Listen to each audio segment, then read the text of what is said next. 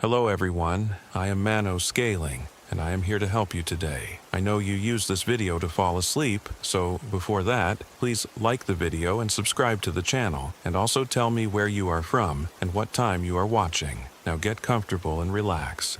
I never believed in the stories they told about petrified forest until what happened to me out there. My name is Dorothy Fitzgerald. I'm 67 years old. And what I lived through during that week still wakes me up at night. The idea for the RV caravan had been Harold's. After 43 years of marriage, my husband had developed an obsession with what he called bucket list adventures, elaborate trips to places we'd always talked about visiting but never quite managed to reach. When he suggested gathering our oldest friends for a final grand tour of the American Southwest, I'd been skeptical. At our age, weren't we a little old for camping? But Harold had that determined gleam in his eyes, the same one he'd worn when he'd convinced me to move to Phoenix after his retirement from the school district. "We're not getting any younger, Dot," he'd said, spreading brochures across our kitchen table. "If we don't do this now, when will we?" The group had formed organically over the years. 6 couples who'd met through various retirement activities and discovered a shared love of travel and adventure. Harold and I would drive our 35-foot Winnebago. Frank and Betty Morrison had their pristine Airstream trailer that Frank polished obsessively. Jack and Rose Chen brought their converted school bus that had taken them across Canada the previous summer. Walter and Marge Kowalski favored their compact Class B van that could handle rough terrain. George and Patricia Stone traveled in luxury with their massive diesel pusher that was basically a house on wheels. And bringing up the rear would be Ed Sullivan in his solo travel trailer, a widower who'd joined our group 6 months after losing his wife to cancer. The plan was ambitious. 3 weeks touring Arizona, New Mexico, Utah, and Colorado, hitting every national park and scenic wonder we could manage. But our first major stop would be the Petrified Forest National Park in northeastern Arizona. A landscape of ancient stone trees and painted desert that Harold had been wanting to photograph for years. "It's like traveling back in time," he said as we studied the park brochures. 200 million years of history preserved in stone. Imagine the stories those trees could tell. He had no idea how prophetic those words would prove to be. We'd arranged to spend 4 days at a private RV park just outside the national park boundaries. A family-owned campground called Fossil Creek Ranch that catered specifically to retirees and offered amenities like level concrete pads, full hookups, and a community center where we could gather for meals and planning sessions. The drive from Phoenix took most of the day, our 6 RVs forming a stately procession along Interstate 40 as the landscape gradually transformed from Sonoran desert to high plateau country. By the time we reached the campground, the sun was setting behind us, painting the Badlands in shades of rust and gold that seemed to glow with their own internal light. Fossil Creek Ranch occupied a small valley surrounded by low mesas and scattered with actual petrified wood, chunks of ancient trees turned to stone over millions of years. The campground owner, a weathered man named Sam Yazy, who appeared to be of Navajo heritage, greeted us personally as we checked in. "Welcome to the Painted Desert," he said, his voice carrying the careful formality of someone speaking English as a second language. "You've chosen a beautiful time to visit. The spring weather is perfect for exploring." But as Sam handed Harold our site assignments, his expression grew more serious. "A word of caution about the petrified wood. Please don't remove any specimens from the park or surrounding areas. The stone trees are protected by federal law, but more importantly, they're protected by something older than law." "Navajo tradition?" Rose Chen asked with the polite interest of a retired anthropology professor. Sam nodded slowly. "My grandmother's people say the petrified trees still hold the memories of the ancient forest. When the trees turned to stone, their consciousness didn't die. It crystallized, became permanent. They remember everything that has happened in this place over millions of years." "That's fascinating folklore," George Stone said in the slightly condescending tone he used when discussing anything he considered unscientific. George was a retired engineer who approached the world through spreadsheets and technical manuals. But Sam's expression remained serious. not folklore. Warning: the trees don't like to be disturbed. They especially don't like pieces of themselves being carried away. Bad things happen to people who take what doesn't belong to them. What kind of bad things? Ed Sullivan asked quietly. Since losing his wife, Ed had developed an interest in supernatural topics that bordered on obsession. Memory problems, Sam replied. People forget who they are, where they come from.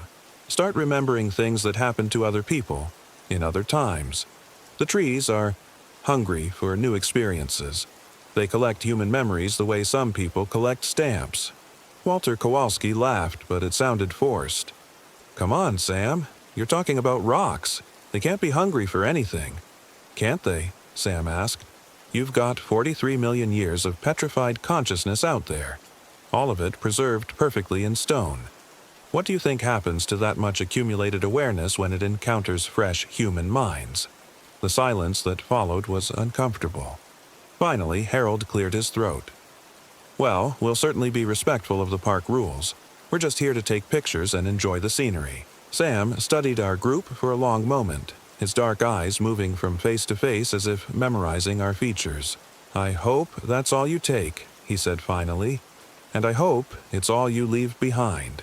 After Sam departed, we spent the evening setting up our campsites and comparing notes about our planned activities for the next few days. The campground was well designed, with our RVs arranged in a rough circle around a central fire pit area, where we could gather for meals and conversation. But as darkness fell over the high desert, I began to notice something odd about the silence. It wasn't the normal quiet of a remote camping area. It was deeper, more absolute, as if sound itself was being absorbed by the landscape around us. Even our own voices seemed muffled, as if we were speaking through thick fabric. Is it just me, or does this place feel heavy? Marge Kowalski asked as we sat around the fire pit after dinner. Like the air is thicker than it should be. Frank Morrison nodded. I was thinking the same thing, almost like being underwater. High altitude, George Stone said dismissively. We're at over 5,000 feet here. Takes time to adjust to the thinner air. But I'd lived in Phoenix for 15 years, and I'd been to plenty of high-altitude locations. This felt different. The weight in the air wasn't physical. It was psychological, as if something vast and patient was pressing against the edges of our consciousness. Harold had set up his photography equipment and was taking long exposure shots of the star-filled sky. The clarity up here is incredible, he said, adjusting his camera settings. No light pollution for hundreds of miles. As he spoke, I became aware of something else unusual. The complete absence of animal sounds. No coyotes howling, no owls calling, no insects buzzing. The desert around us was utterly silent, as if every living thing had abandoned the area. Where are all the animals? I asked. Betty Morrison looked up from her knitting. Now that you mention it, I haven't seen so much as a lizard since we arrived. That's unusual for desert country. Maybe they're just inactive at night, Rose Chen suggested, but she sounded uncertain. Ed Sullivan was studying the landscape around us with an odd expression. My wife used to say that places with no animals were places where the dead outnumbered the living. Old battlefields, graveyards, places where tragedy had soaked into the ground. This is a national park, Ed, Jack Chen said gently. Not a battlefield. Isn't it? Ed replied. Sam said the trees remember everything that's happened here over millions of years. That's a lot of death, a lot of extinction events. Maybe the animals can sense all that accumulated history. We went to bed earlier than usual that night, all of us feeling the strange weight of the place pressing down on our spirits. But sleep didn't bring relief. It brought dreams that felt more real than memory. I found myself walking through a forest of living trees, their branches reaching hundreds of feet into a prehistoric sky. The air was thick and humid, filled with the calls of creatures that had been extinct for millions of years. And moving among the trees were shapes that might have been human but weren't quite. Tall, angular figures that seemed to be made of crystallized light. They were watching me, studying me, and I had the distinct impression that they were deciding whether I was worth keeping. I woke with a start just before dawn. my heart racing and my mouth dry. Beside me, Harold was muttering in his sleep, words that sounded like no language I'd ever heard. When I shook him gently, he opened his eyes and looked at me with an expression of complete confusion. "Who are you?" he asked. For a moment, my blood turned to ice. Then Harold blinked, and recognition flooded back into his face. "Dot. Sorry, I had the strangest dream. I thought I was someone else, living in a different time." The same thing had happened to Frank Morrison, who woke up believing he was a Spanish conquistador exploring unmapped territory. Betty found him outside their airstream at sunrise, trying to plant a flag in the ground and claim the campground for the Crown of Spain. And Rose Chen spent 20 minutes speaking fluent Mandarin to her husband, describing life in a Chinese mining camp that hadn't existed for over a century. "Group hysteria," George Stone declared when we gathered for breakfast. "The power of suggestion combined with the unusual environment. Sam's ghost stories got into our heads." But even George looked shaken when his wife Patricia spent 10 minutes setting the breakfast table for 12 people, insisting that the rest of the mining crew would be arriving shortly for their morning meal. "Something's happening to us," I said quietly. "Something connected to this place." "Dot's right," Harold agreed, though he kept glancing around as if he expected to see someone who wasn't there. "These aren't normal dreams. They're too vivid, too detailed. It's like we're actually experiencing other people's memories." Ed Sullivan had been quiet through breakfast, but now he spoke up. What if Sam was right? What if the petrified trees really do hold memories? Maybe being near them is causing some kind of psychic bleed-through. "That's ridiculous," George said, but his voice lacked conviction. "Is it?" Ed pulled out a notebook he'd been carrying since arriving. "I've been writing down everything I can remember from these dreams. Names, dates, specific details. This morning, I looked some of them up on my phone while I still had cell service." He opened the notebook and began reading. "In my dream, I was a railroad worker named Thomas McKinley, laying track through this area in 1882. I remembered specific details about the construction project, the names of my supervisors, even the weather conditions on particular days." Ed looked up at us. "I found confirmation of all of it in online railroad archives. Thomas McKinley was a real person who really worked on that railroad line. He died in a construction accident just 20 miles from here." The silence that followed was deafening. "Coincidence," George muttered, but he was looking pale. "What about the rest of us?" Harold asked. "Have you been able to verify our experiences too?" Ed nodded grimly. Frank's Spanish conquistador was named Diego Vasquez, part of a 1540 expedition that passed through this region. Rose's Chinese miner was called Li Wei, died in a flash flood in 1863.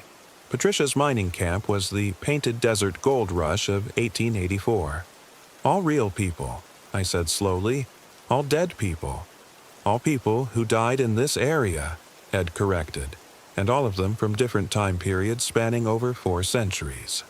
We spent the morning touring the Petrified Forest National Park, trying to maintain the pretense of a normal vacation despite the growing unease in our group. The landscape was undeniably beautiful. Vast stretches of painted badlands dotted with massive petrified logs that looked like they'd been carved from semi-precious stone. The trees had been transformed into agate, jasper, and quartz, their cellular structure preserved in crystalline perfection. But walking among the stone trees felt increasingly surreal.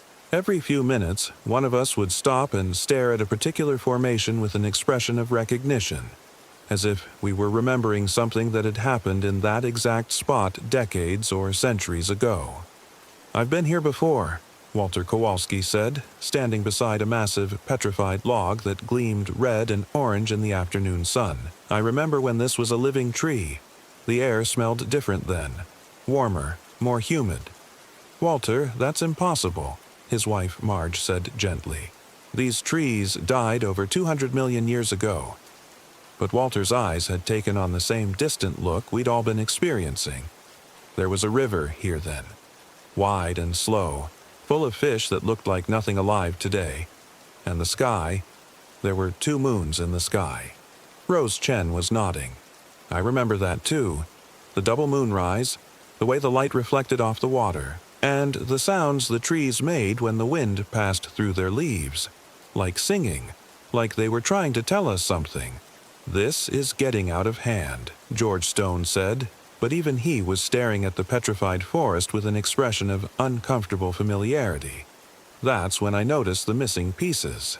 Several of the petrified logs showed clear signs of recent damage, chunks broken off, small sections missing entirely. When I pointed this out to the park ranger leading our tour, her expression darkened.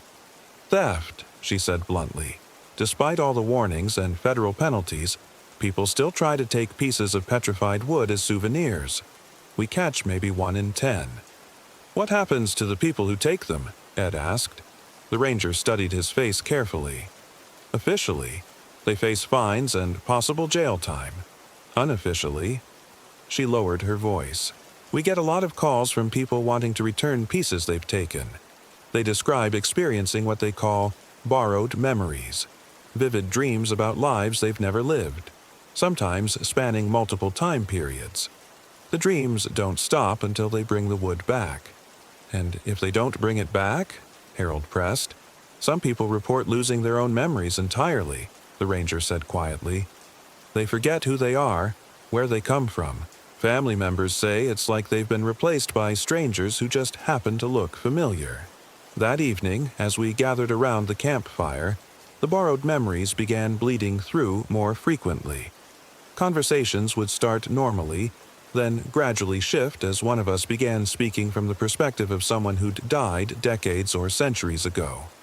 Frank Morrison spent an hour describing his life as a cavalry officer pursuing Apache raiders through the Painted Desert. Betty talked about running a boarding house for railroad workers, her voice taking on the cadences of a frontier woman from the 1880s. Jack Chen believed he was a Chinese immigrant working the Transcontinental Railroad, and Rose became a Navajo medicine woman who spoke of the stone trees as sleeping spirits. "We're losing ourselves," Patricia Stone whispered during a brief moment of clarity.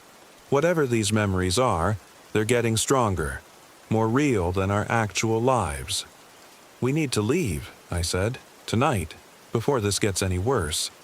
But even as I spoke, I could feel other thoughts intruding on my consciousness. Memories of someone named Sarah Mitchell who'd homesteaded in this area in 1891, who'd watched her husband and children die of fever while she struggled to survive alone in the vast, painted desert. "We can't leave," Harold said, his voice taking on an odd formality. "The trees won't let us. They've been waiting so long for new memories to absorb, new experiences to add to their collection." I looked at my husband of 43 years and realized he was no longer entirely my husband. Something else was looking through his eyes, something ancient and patient and utterly inhuman. "Harold?" I said quietly. "I remember you," he replied, but he was speaking to someone who wasn't there. "Martha Wellington died of pneumonia in the winter of 1903. You tried so hard to reach the doctor in Holbrook, but the snow was too deep." Around the fire, our friends were having similar conversations with invisible companions, their voices overlapping as they spoke to and for dozens of different people from different eras. The campfire itself seemed to be responding to their words, its flames dancing in patterns that had nothing to do with the wind. That's when I realized what was happening. The petrified trees weren't just absorbing our memories. They were projecting the memories they'd already collected. Millions of years of accumulated consciousness, preserved perfectly in crystalline structure, were bleeding through into our minds. We were becoming conduits for every person who'd ever died in this place, vessels for experiences that spanned geological time. But it wasn't random. The stone trees were choosing specific memories to share, specific personalities to overlay onto our own identities. They were curating their collection, deciding which human experiences were worth preserving and which could be discarded. And slowly, inevitably, they were erasing us in the process. I tried to fight back, to hold on to my own memories and identity, but the borrowed experiences were so vivid, so emotionally compelling. It was easier to be Sarah Mitchell, struggling to survive in the frontier desert, than Dorothy Fitzgerald, worried about her husband's increasing confusion and her own fading sense of self. The third night was when we lost George Stone entirely. We found him the next morning, sitting motionless beside his RV with an expression of perfect serenity. When Patricia tried to speak to him, he looked at her with polite confusion, as if she were a stranger. "I'm sorry, miss," he said in a voice that sounded like George but carried the formality of a much earlier era. "I don't believe we've been introduced. Henry Blackwood, geological surveyor for the territorial government. Perhaps you've seen my camp somewhere nearby?" Patricia began crying. The man who looked like her husband of 38 years had no memory of their life together, no recognition of their children or grandchildren, no awareness that he was living in the 21st century rather than the 1870s. "We have to get him to a hospital," she said desperately. "This has to be some kind of medical emergency. Stroke, brain tumor, something treatable." But Ed Sullivan shook his head grimly. "It's not medical. George has been replaced. The personality, the memories, everything that made him George is gone. What's left is Henry Blackwood, territorial surveyor, who died of exposure in 1876. The same thing was happening to all of us, just more gradually. Each night, more of our original memories faded while the borrowed experiences grew stronger. Frank Morrison now spent most of his time believing he was a cavalry officer. Rose Chen spoke primarily in Navajo, channeling the medicine woman whose memories had taken root in her mind. Betty Morrison had become a frontier boarding house keeper, constantly worried about her non-existent guests. And Harold was becoming someone else entirely. Multiple someone else's, actually.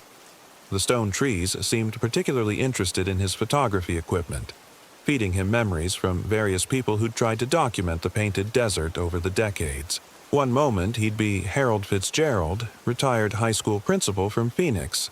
The next he'd be William Henry Jackson, frontier photographer. Then Ansel Adams, capturing the stark beauty of the Southwest. Then a dozen other photographers and artists whose memories had been absorbed by the petrified forest over the years. The trees are learning, I realized as I watched my husband cycle through different personalities. They're not just collecting random memories, they're studying us, figuring out how human consciousness works. To what end? Patricia asked, still trying to coax some recognition from the man who used to be her husband. Replacement, Ed said quietly. They're creating perfect copies of human personalities, preserved in stone the same way their original forms were preserved. We're not just losing our memories. We're becoming their memories. That night, I made a decision. While the others sat around the campfire, lost in their borrowed identities, I snuck away from the campground and drove my car into the national park. The gates were closed after dark, but I knew the back roads from our daytime explorations. If the petrified trees were somehow responsible for what was happening to us, maybe getting closer to the source would help me understand how to fight back. The painted desert looked otherworldly in the moonlight, all silver shadows and ghostly formations that seemed to shift and move when I wasn't looking directly at them. The largest concentration of petrified trees was in an area called the Crystal Forest, where massive logs of agatized wood lay scattered across the landscape like the bones of some primordial giant. I parked my car and walked among the stone trees, trying to feel whatever psychic influence they were projecting. At first, there was nothing, just the normal silence of the desert at night. Then, gradually, I became aware of something else, a whisper at the edge of hearing, a vibration in the stones beneath my feet. The trees were singing. It was barely audible, a harmonic resonance that seemed to come from the crystalline structure of the petrified wood itself. But as I listened more carefully, I began to pick out individual voices in the chorus. Thousands of them, maybe tens of thousands, all the people whose memories had been absorbed by the stone trees over the millennia. And they were in pain. The preserved consciousness wasn't peaceful or serene. It was a form of eternal imprisonment. Every person whose memories had been captured was still aware, still suffering, trapped forever in crystalline structures that held them like insects in amber. "Please," whispered a voice that sounded like my own. "Help us." I spun around, but there was no one there. The voice was coming from one of the petrified logs, its surface gleaming with an inner light that pulsed in rhythm with a human heartbeat. "Who are you?" I asked. "Dorothy Fitzgerald," the voice replied. "Retired teacher from Phoenix. I came here with my husband and friends, and now I can't remember. I can't remember who I used to be. I was listening to myself, or rather, to the version of myself that the stone trees had already captured and preserved. The real Dorothy Fitzgerald was being slowly erased, replaced by this crystallized copy that would sing forever in the petrified chorus. "How do I stop this?" I asked desperately. "Break the cycle," my own voice whispered from the stone. "The trees feed on human presence, human emotion. They've been doing it for millions of years, growing stronger with each new consciousness they absorb. But they're vulnerable when they're actively feeding. That's when the barrier between their realm and ours is thinnest." "What barrier?" "Time itself. The trees exist in geological time, not human time. They experience reality in terms of millions of years, not decades. But when they're absorbing fresh memories, they have to synchronize with human perception. That's when they can be disrupted." I understood. The petrified trees were creatures of deep time, their consciousness operating on scales that human minds couldn't comprehend.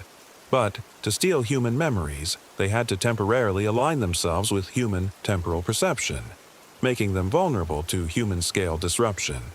"What do I need to do?" "Overload them," my crystallized voice replied. "Give them more human experience than they can process at once.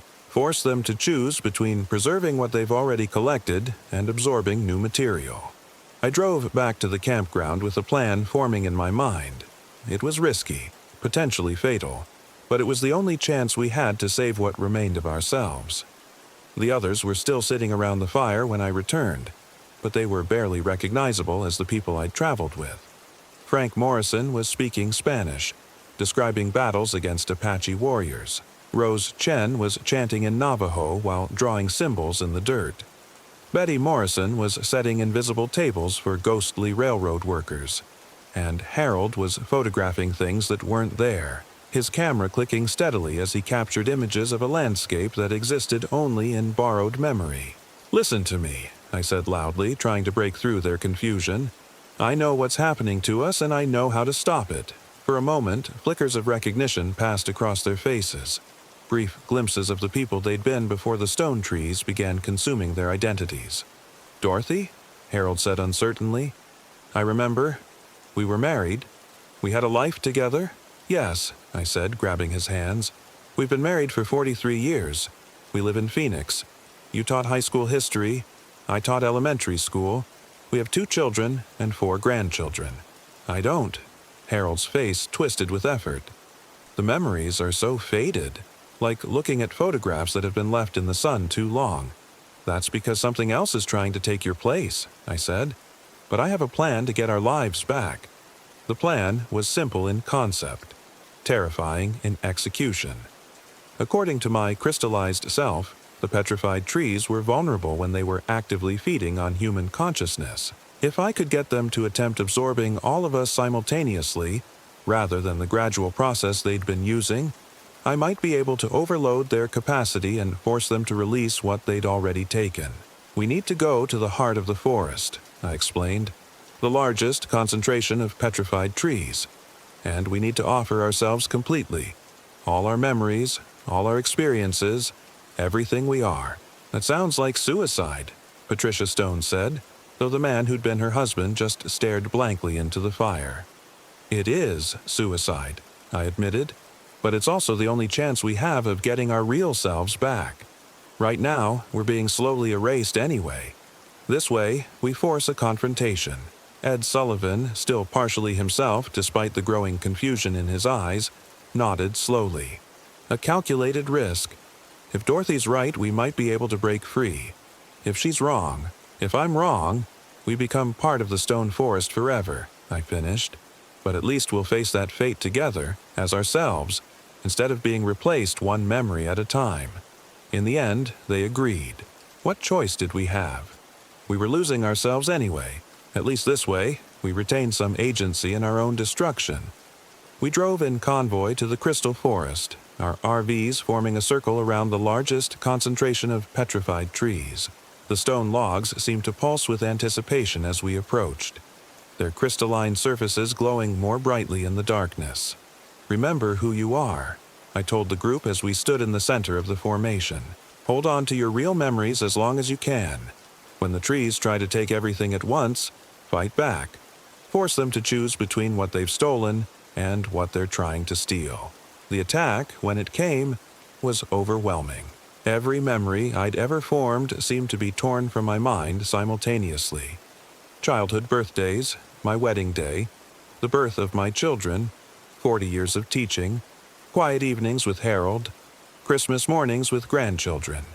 All of it was being pulled into the hungry, crystalline structures around us, devoured by an intelligence that had been collecting human experiences for millions of years. But I wasn't the only one being drained. The trees were also trying to absorb Harold's memories, and Frank's and Rose's and everyone else's all at the same time. For creatures that normally fed gradually over days or weeks, the sudden influx of so much human consciousness was causing a kind of psychic indigestion. I felt their ancient minds struggling to process the overwhelming flood of experiences we were forcing on them. And in that moment of vulnerability, I reached out with what remained of my own consciousness and grabbed hold of every memory they'd stolen from me. The crystallized Dorothy that had been trapped in the stone fought to help me, lending her strength to mine. Together, we began pulling our experiences back from the petrified matrix that had imprisoned them. Around me, I could see the others doing the same. Harold reclaiming his memories of our life together, Frank and Betty rediscovering their decades of marriage, Rose and Jack reconnecting with their shared adventures, even George slowly emerging from the Henry Blackwood personality that had consumed him. The stone trees shrieked, not audibly, but psychically, a sound like breaking crystal transmitted directly into our minds. They were losing control of their carefully collected hoard, forced to release memories they'd planned to preserve forever. And then, suddenly, it was over. We found ourselves standing in the crystal forest at dawn, our RVs parked around us, our real memories intact. The petrified trees still glowed with their inner light, but the song of trapped consciousness was gone. The ancient forest had been forced to release its human collection, though the effort had cost it dearly. Several of the largest logs had developed stress fractures, and some of the smaller pieces had crumbled entirely. "Is everyone all right?"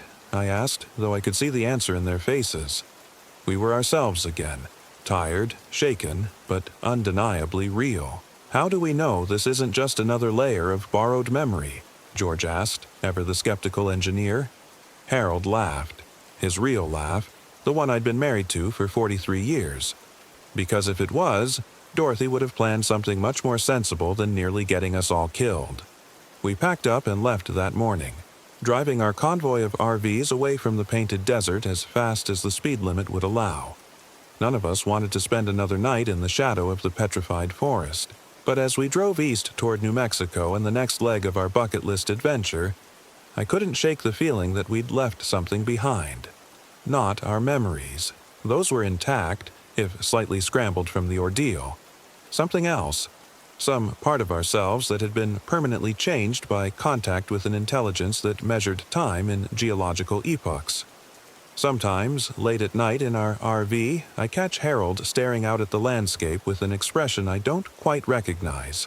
And sometimes I find myself remembering things that might have happened to other people, in other times. Faint echoes of the borrowed memories we'd carried for those 3 terrible days.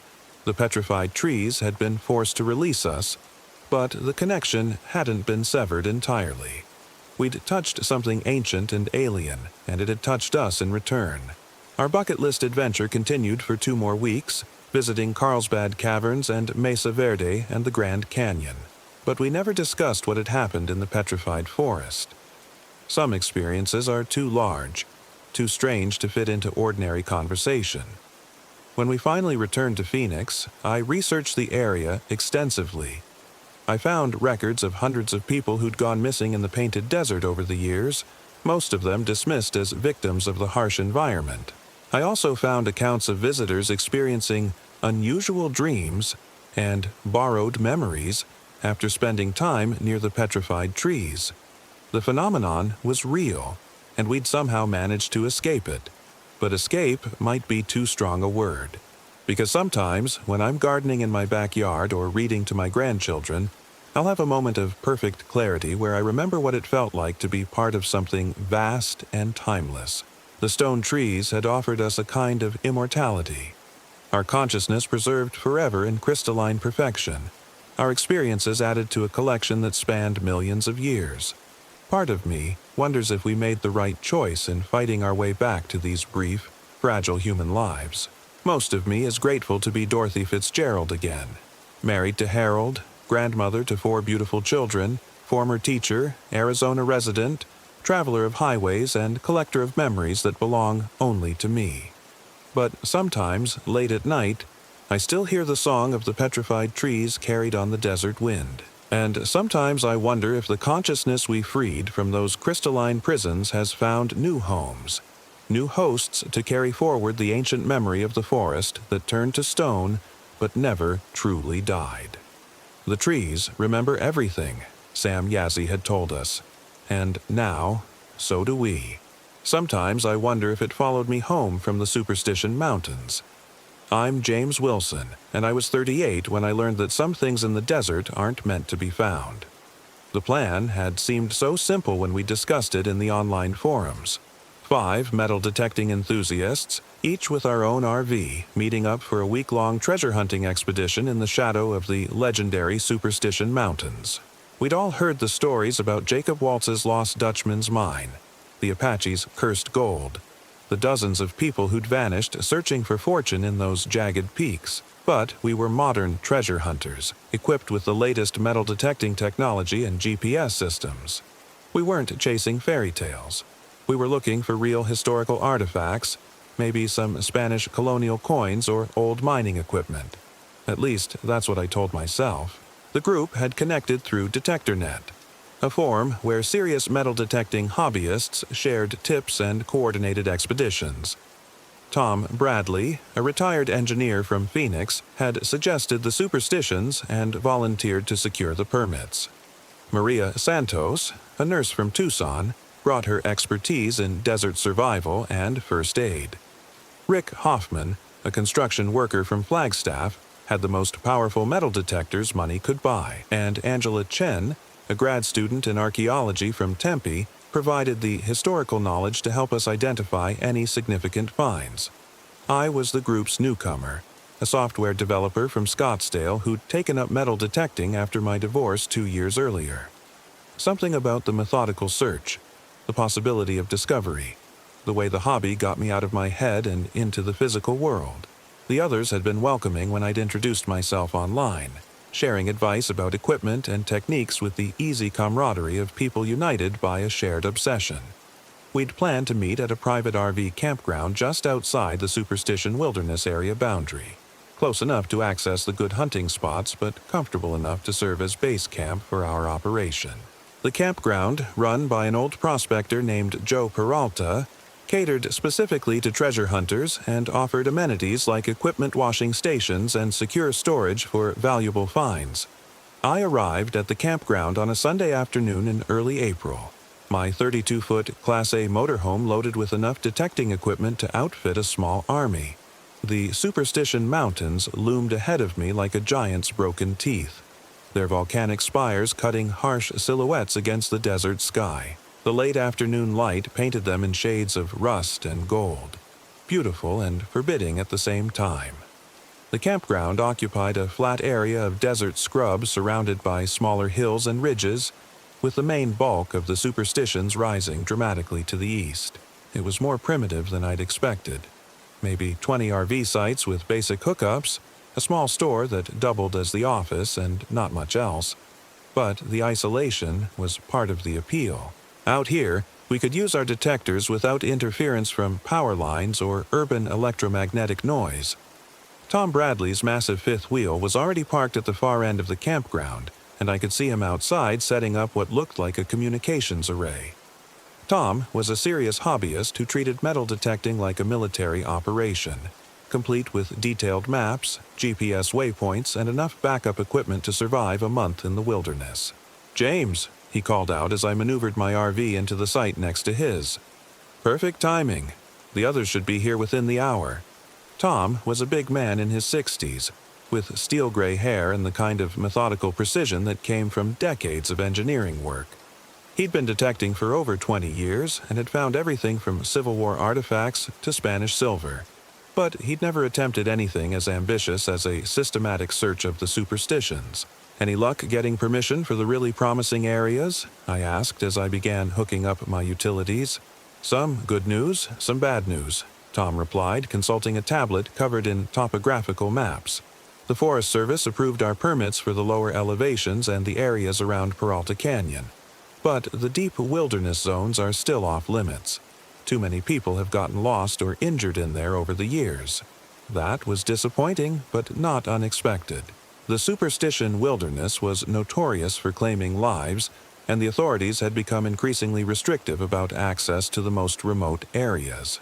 Still, there was plenty of territory to explore in the permitted zones. Maria Santos arrived next, driving a compact Class B camper van that looked like it could handle any terrain the desert could throw at it.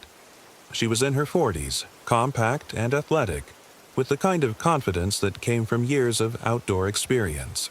Within minutes of parking, she had a weather station set up and was checking the extended forecast on her satellite communicator. "Looks like we've got a perfect week ahead," she announced. "Clear skies, moderate temperatures, no wind advisories. Couldn't ask for better detecting conditions." Rick Hoffman's arrival was impossible to miss. His diesel pusher was easily 40 feet long and towed an enclosed trailer that probably contained enough metal detecting equipment to start his own shop. Rick was younger than the rest of us, maybe early 30s, with the kind of aggressive enthusiasm that made him both entertaining and slightly exhausting to be around. "This is it, people," he shouted as he climbed down from his RV. "This is where we make history. I can feel it in the air. There's gold in them hills, and we're going to be the ones to find it." Angela Chen was the last to arrive, pulling a modest travel trailer behind a well-worn pickup truck. She was quiet where Rick was loud, analytical where he was impulsive, but I could see the same excitement in her eyes as she studied the mountains rising around us. "The geological surveys are fascinating," she said as we gathered around Tom's maps for a planning session. This whole area was shaped by volcanic activity and mineral deposition over millions of years. The Spanish definitely mined here in the 1700s, and there's evidence of Apache gold working going back even further. "Speaking of the Apache," said a gravelly voice behind us, "you folks might want to hear what they have to say about treasure hunting in the superstitions." We turned to see Joe Peralta, the campground owner, approaching our group. He was a weathered man in his 70s, with the kind of sun-damaged skin that spoke of decades spent in the desert. His eyes held a mixture of amusement and concern as he studied our equipment and maps. "Joe Peralta," he introduced himself, shaking hands with each of us. "Welcome to my little piece of paradise. I see you're planning to do some serious prospecting." "That's the idea," Tom replied. "We've got permits for the approved areas and enough equipment to do a thorough, systematic search." Joe nodded slowly. "I've been running this campground for 30 years, and I've seen hundreds of treasure hunters come through here. Most of them leave disappointed. A few don't leave at all." "You mean they found what they were looking for and struck it rich?" Rick asked hopefully. "I mean, they disappeared," Joe said bluntly. "The superstitions have claimed more lives than any other mountain range in Arizona. Some folks say it's just the terrain. Easy to get lost, plenty of cliffs to fall off, flash flood danger in the washes, but the Apache have a different explanation." Angela leaned forward with professional interest. "The cursed gold legends?" "Not legends to the Apache," Joe replied. "They've got stories going back centuries about gold that brings madness to anyone who takes it from these mountains. Say there's a spirit in the rocks, something old and hungry that feeds on human greed and violence." "Folklore," Rick said dismissively. "Every mining region has ghost stories. It's just a way to keep competitors away from the good spots." But Joe's expression remained serious. "Maybe so, but I've seen what happens to people who find gold in the superstitions. They change. become paranoid, violent, start seeing enemies everywhere. 3 years ago, I had a group of prospectors, friends for 20 years, who found a small cache of Spanish coins. Within a week, they were accusing each other of theft, hiding weapons, making threats. One of them ended up shooting the other two before turning the gun on himself. The silence that followed was uncomfortable. Finally, Tom cleared his throat. "We appreciate the warning, Joe, but we're professional treasure hunters, not get-rich-quick dreamers. We know how to handle valuable finds responsibly." Joe studied our faces for a long moment, then shrugged. "I hope you're right. But if you do find anything at all, I'd recommend leaving it alone. Some treasures cost more than they're worth." With that cheerful warning, he headed back to his office, leaving us to continue our planning with considerably less enthusiasm than before. "Superstitious nonsense," Rick muttered, but I noticed he kept glancing up at the mountains as we reviewed our search grids. We spent the evening fine-tuning our plans and testing our equipment. The campground's isolation became more apparent as night fell. No light pollution from nearby cities, just the vast darkness of the desert broken by the occasional coyote howl. The Superstition Mountains were invisible in the darkness, but their presence was palpable, a looming weight on the horizon. I was having trouble sleeping when I heard it for the first time, a sound like wind chimes made of metal, carrying on the desert breeze. It was faint, almost inaudible, but it seemed to be coming from the direction of the mountains. When I got up to investigate, the sound stopped, leaving only the normal nighttime sounds of the desert. Probably just the rigging on someone's RV, I told myself. But the sound had an odd quality that made my skin crawl, like fingernails on a chalkboard played at the edge of hearing. The next morning, we split into 2 teams for our first day of searching. Tom, Maria, and I would work the washes and flat areas near Peralta Canyon, while Rick and Angela explored the foothills to the north. We'd stay in radio contact and meet back at camp before sunset to compare notes. The desert was beautiful in the early morning light, all pastels and long shadows. My metal detector hummed contentedly as I swept it back and forth across the gravel washes, occasionally beeping at buried aluminum cans or rusted iron fragments. After 3 hours of systematic searching, I'd found exactly nothing of value. Not even a modern penny. Tom and Maria were having similar luck. The areas closest to the campground had obviously been picked over by decades of treasure hunters, leaving behind only the kind of trash that wasn't worth retrieving. "We need to get farther from the beaten path," Tom said during our lunch break. "The real finds are going to be in places where people haven't been searching for 50 years. That afternoon, we pushed deeper into Peralta Canyon, following game trails and dry creek beds into areas that felt genuinely untouched. The walls of the canyon rose around us like cathedral spires, their surfaces painted in layers of geological time. It was beautiful and slightly claustrophobic at the same time. Maria found the first significant signal around 3 o'clock, a strong, consistent tone from her detector that suggested something substantial buried about 18 inches down. We took turns with the shovels, carefully excavating a hole in the rocky soil until Tom's tool struck something metallic. "Jesus," he breathed as he brushed dirt away from our find. "Look at this." It was a silver coin, Spanish colonial by the look of it, tarnished black with age but still showing clear details of a coat of arms and Latin inscription. Angela would have to examine it properly to determine its exact origin, but even I could tell it was old. Possibly centuries old. "Real deal," Maria said, studying the coin with a jeweler's loupe. "This could be worth serious money to the right collector." We spent another hour searching the immediate area and found 2 more coins, both similar in design and condition. By the time we headed back to camp, we were all buzzing with excitement. This was what we'd come here for. Genuine historical artifacts with real monetary value. Rick and Angela were waiting for us with barely contained enthusiasm. Their day had been even more productive. They'd found a small cache of what appeared to be Spanish silver, probably dating to the colonial period. 7 coins in total, plus a small religious medallion that might be even older. "This is just the beginning," Rick said, his eyes bright with fever. If there's this much Spanish silver lying around, there's got to be gold somewhere. Maybe even the lost Dutchman's mine itself. Angela was more cautious. We should document everything properly before we get ahead of ourselves. Photograph the find sites, record GPS coordinates, research the historical context. This could be an important archaeological discovery.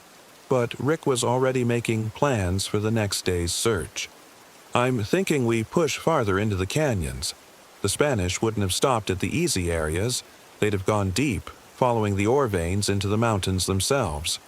That night, we celebrated our success with a barbecue and several bottles of wine that Tom had brought for just such an occasion.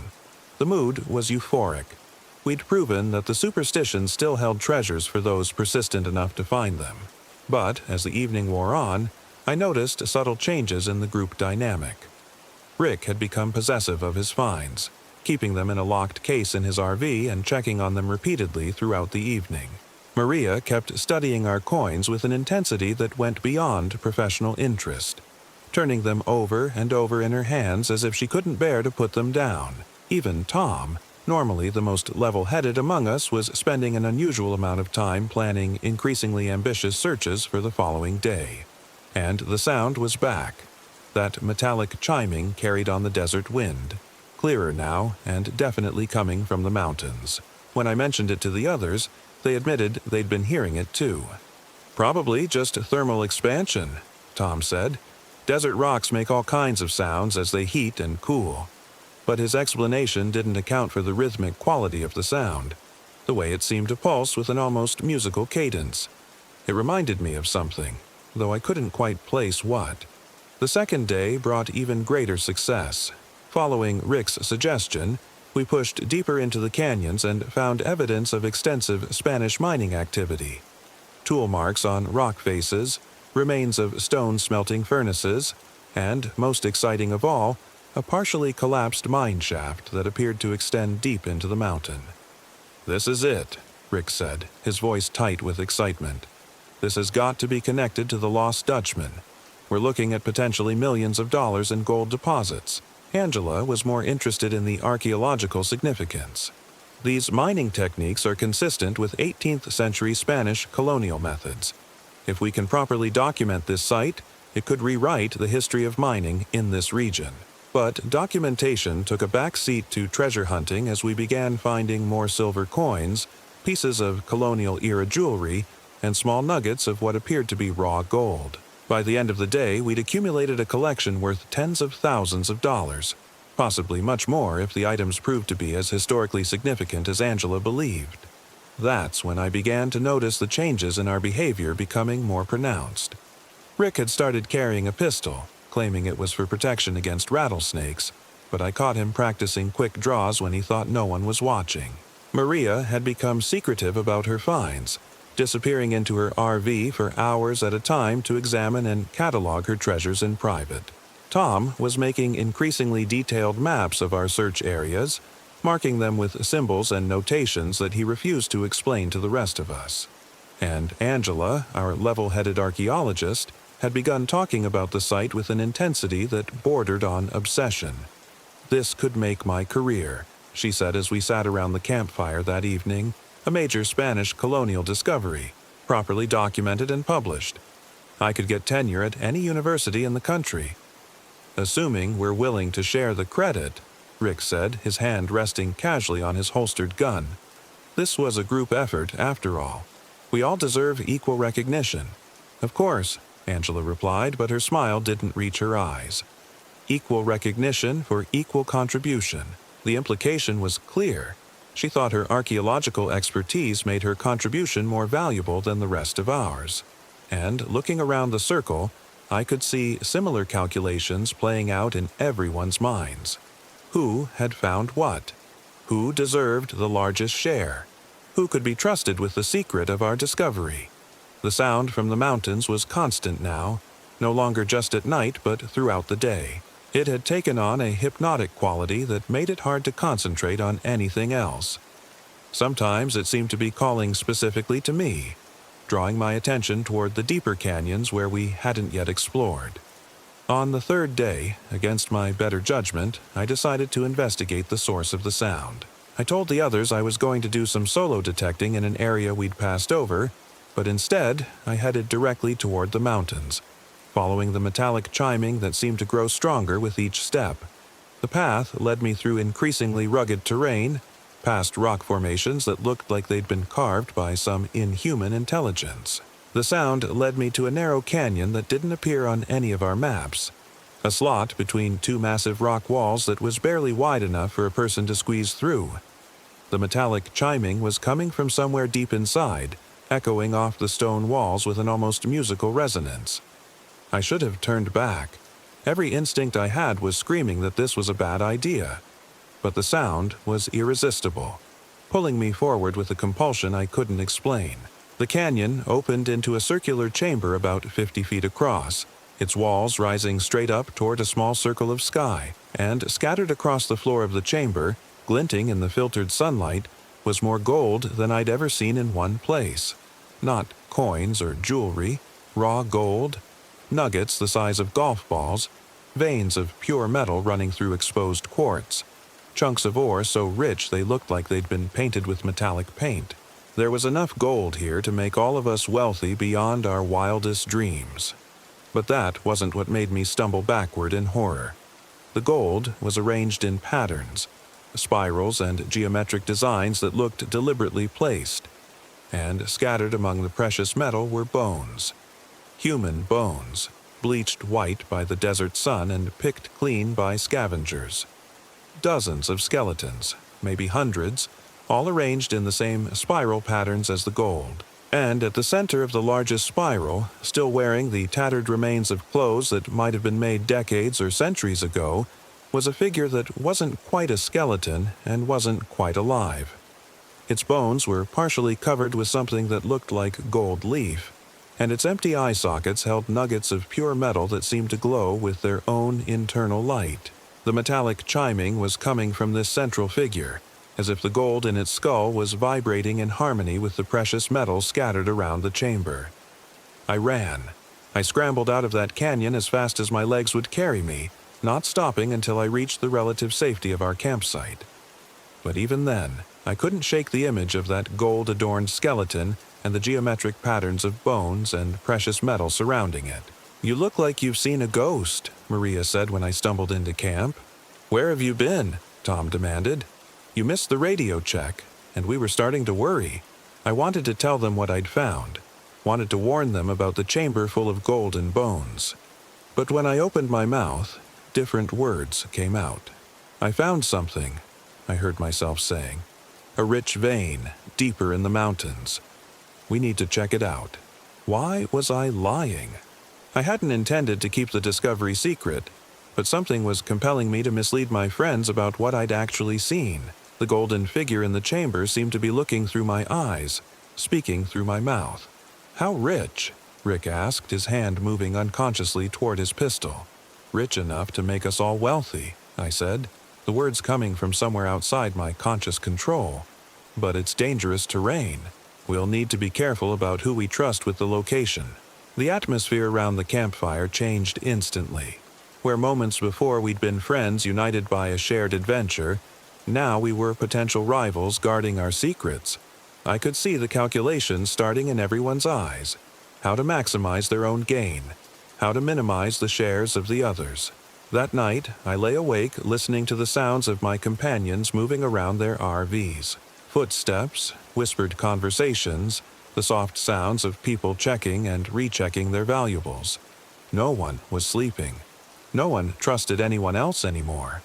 And from the mountains came that constant metallic chiming, calling to us with promises of wealth beyond imagination. The fourth day was when everything fell apart. Rick accused Maria of stealing some of his coins during the night. Maria accused Tom of making unauthorized maps of our find sites to cut the rest of us out of future profits. Tom accused Angela of planning to claim the entire site as an archaeological discovery and exclude the rest of us from any financial benefits. And I accused all of them of plotting against me. The paranoia was consuming us, turning friends into enemies with frightening speed. Every conversation became an interrogation. Every glance was interpreted as a threat. We stopped working together and began conducting solo searches, each of us hoping to find the big score that would make the others irrelevant. But the gold was calling to all of us now. I could see it in their eyes, the same compulsion that had led me to that hidden chamber, the same irresistible hunger for precious metal that overrode every other consideration. By afternoon, we were all armed. Rick had his pistol, Tom had produced a rifle from his RV, Maria was carrying a large hunting knife, and Angela had found an old prospector's pick that she swung like a warhammer. We were circling each other like predators, waiting for someone to make the first move. The sound from the mountains was deafening now, a constant metallic screaming that seemed to be coming from inside our skulls as much as from the external world. It was driving us mad, turning us into the kind of people who would kill for gold, who would betray friends for the promise of wealth. "I know what you're all thinking," Rick said as we faced each other in a rough circle beside the dead campfire. "You want me gone so you can split my share. But I'm not going anywhere. This is my expedition as much as yours." "Your expedition?" Tom laughed bitterly. "I organized this trip. I got the permits. I provided the maps. If anyone deserves the largest share, it's me." "Share?" Angela's voice was shrill with hysteria. "This is an archaeological site of immense historical importance. It doesn't belong to any of us. It belongs to science, to history. It belongs to whoever's strong enough to take it," Maria said, her knife glinting in the afternoon sun. That's when I realized what the sound was, what it had always been. It was the sound of madness, the audio signature of gold fever carried to its logical extreme. The chamber I'd found wasn't just a repository of precious metal. It was a trap, a psychological snare that turned human greed into a weapon against itself. The Spanish miners who'd worked these mountains hadn't just disappeared. They'd been consumed by the same madness that was consuming us now, driven to violence by the sight of so much gold in one place. The Apache legends weren't folklore. They were warnings about something real and dangerous that lived in these rocks. "Listen to yourselves," I said desperately. "This isn't us. This isn't who we are. The gold is doing something to our minds, making us paranoid and violent." "Speak for yourself," Rick snarled. "I know exactly who I am. I'm someone who's tired of being cheated out of what's rightfully mine." He drew his pistol, and everything happened at once. Tom brought up his rifle, Maria lunged with her knife, Angela swung her pick, and I dove for cover behind my RV. The desert erupted in gunfire and screaming as four friends tried to murder each other over treasure that belonged to something inhuman and hungry. I don't know how long the fighting lasted. Time seemed to stretch and compress in the way it does during extreme trauma. But when the shooting stopped and the screaming died away, I was the only one left standing.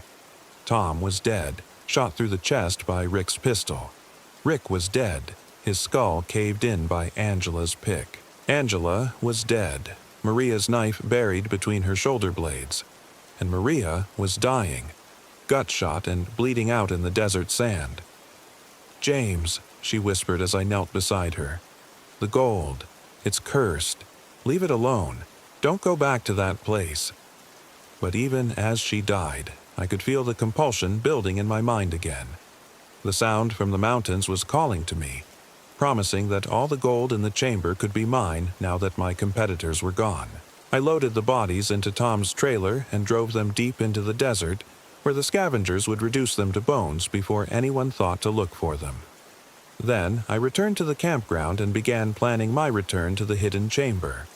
Joe Peralta found me 3 days later, sitting by myself in the middle of the empty campground, staring up at the mountains with gold fever blazing in my eyes. "Where are your friends?" he asked. "They left," I said simply. "Found what they were looking for and decided to cash out early." Joe studied my face for a long moment, then nodded slowly. "I see. And you decided to stay?" "There's still gold in these mountains," I said. "Lots of gold, more than any of them could have imagined." "I'm sure there is," Joe replied sadly. "Same as there's always been. Same as there always will be." He paused, then added, "You might want to think about leaving, too. Place like this, it gets into a man's blood, makes him do things he never thought he was capable of." But I wasn't listening. I was already planning my next trip to the chamber, calculating how much gold I could carry out in a single load. I never made it back to that hidden canyon. 2 weeks later, I woke up in a psychiatric hospital in Phoenix, with no clear memory of how I'd gotten there. The doctors said I'd been found wandering the desert, dehydrated and delirious, ranting about cursed gold and murdered friends. They kept me for 6 months, pumping me full of antipsychotics and mood stabilizers until I could pass for sane. When I was finally released, I discovered that my 4 companions had officially been declared missing persons. Their RVs had been found abandoned at the campground, but there was no trace of the people themselves. The official investigation concluded that they'd probably gotten lost in the wilderness and died of exposure, a common fate for inexperienced desert hikers. I never told anyone what really happened. How could I? Who would believe that gold could drive sane people to murder each other? Who would accept that the Superstition Mountains contained something that fed on human greed and violence? But sometimes, late at night, I still hear that metallic chiming carried on the desert wind. It's calling to me, promising wealth beyond imagination if I'll just return to that hidden chamber and claim what's rightfully mine. I've managed to resist the compulsion for 3 years now. I sold my RV, gave up metal detecting, moved to a small apartment in a city where I can't see the mountains. But the hunger is always there, gnawing at the edges of my consciousness like a tumor made of gold. Because I know the truth now. The gold is still there, waiting in that spiral chamber surrounded by bones. All I have to do is go back and take it. All I have to do is become another skeleton in the pattern, another victim of the Superstition Mountains' endless appetite for human greed. Sometimes I think the only thing that's keeping me sane is the knowledge that my friends are still there, arranged in those geometric patterns alongside centuries of other treasure hunters who thought they could outsmart the curse. And sometimes I wonder if going back wouldn't be such a bad thing after all. The gold is calling and it's getting harder to ignore. We should have never gone to Sedona Red Rocks. I'm Michael Thompson. I was 45 back then. And this is the story of how I lost everything. The idea for the RV trip had been Linda's. After 22 years of marriage and 2 teenage kids who barely looked up from their phones anymore, she thought a family camping adventure might bring us closer together. "Remember when we used to love road trips?" she'd said, scrolling through photos of Arizona's Red Rock country on her laptop. "Before work and school consumed our lives?" I'd been skeptical. Our 16-year-old daughter Emma treated family time like a prison sentence, and our 14-year-old son Tyler was deep in that phase where everything we did embarrassed him. But Linda had that determined look in her eyes, the same one she'd worn when she'd convinced me to buy our first house, start my consulting business, and adopt our golden retriever Max 3 years ago. "Fine," I'd said. "But we're doing it right. Full-sized RV, air conditioning, satellite TV. If I'm going to commune with nature, I want my creature comforts." The 40-foot Winnebago we rented was everything I'd insisted on, and more. 2 bedrooms, full kitchen, bathroom with a real shower, and enough technology to keep the kids happy. We loaded it up with enough food for a week, camping gear we'd probably never use, and Max's favorite toys, then set off from our home in Phoenix on a Tuesday morning in late March. The drive to Sedona should have taken 2 hours.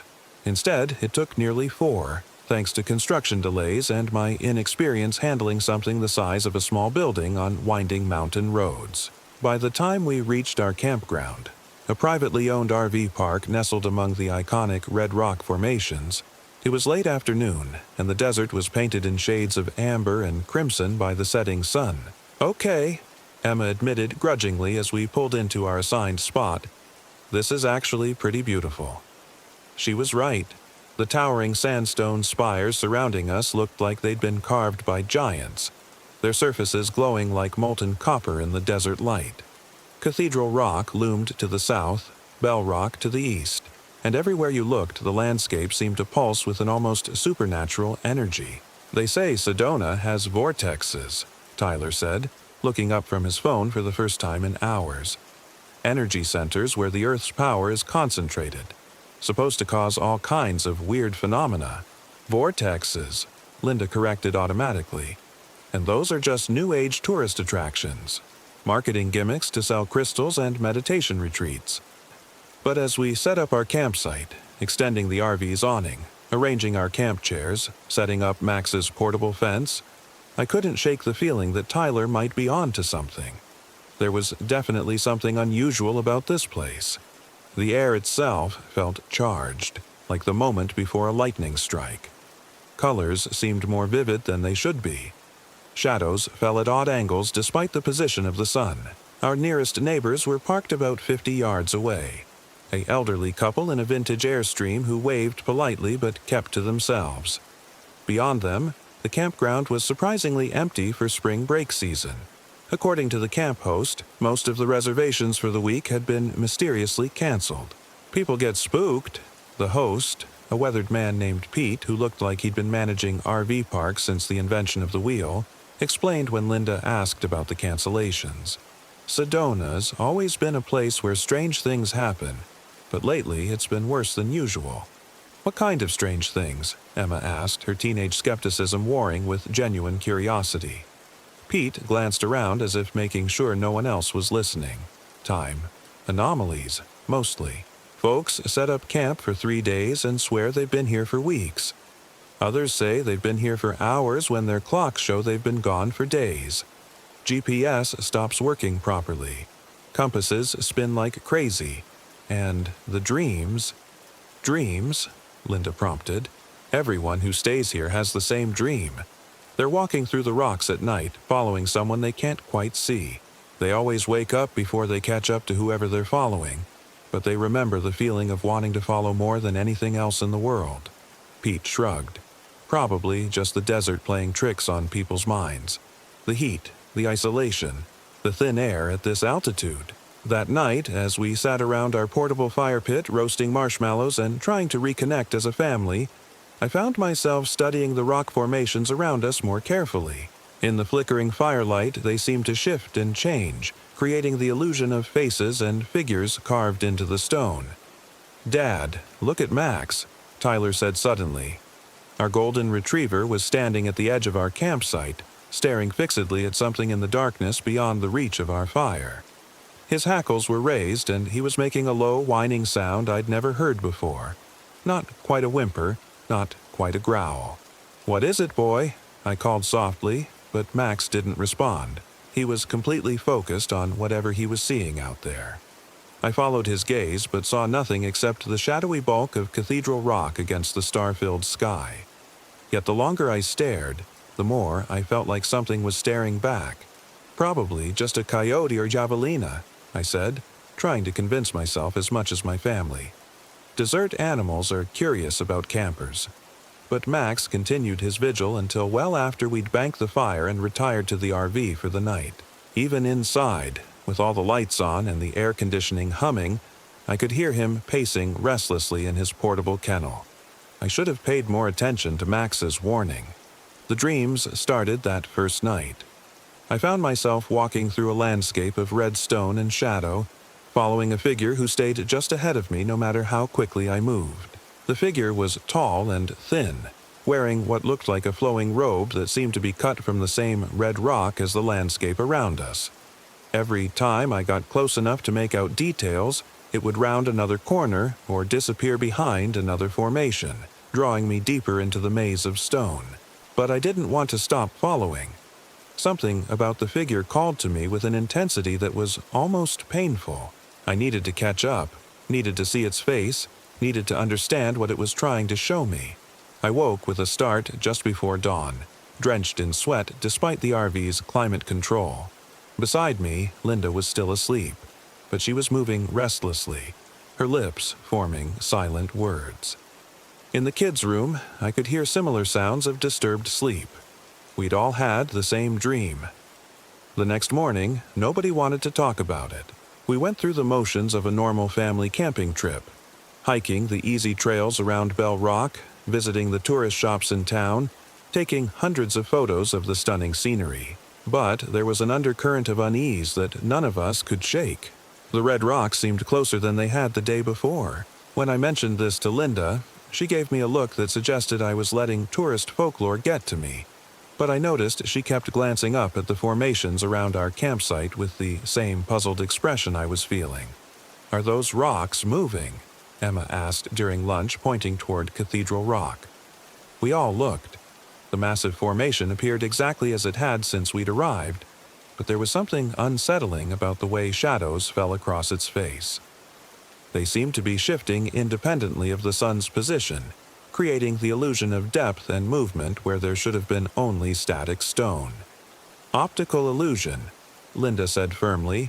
"The desert light plays tricks on your eyes." But Tyler was already pulling out his phone to take a video. "Let's see if the camera picks up anything weird." The footage, when we reviewed it later, showed nothing unusual.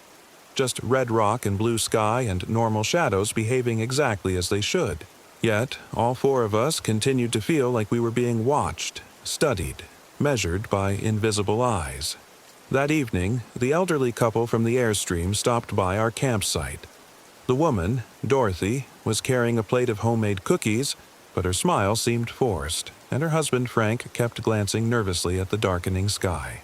"We wanted to thank you for choosing to stay," Dorothy said, offering the cookies to Linda. "It's been so quiet here lately, almost lonely." "How long have you been camping here?" Linda asked, accepting the plate graciously. 3 days, Frank answered, but then he frowned. "Or maybe longer.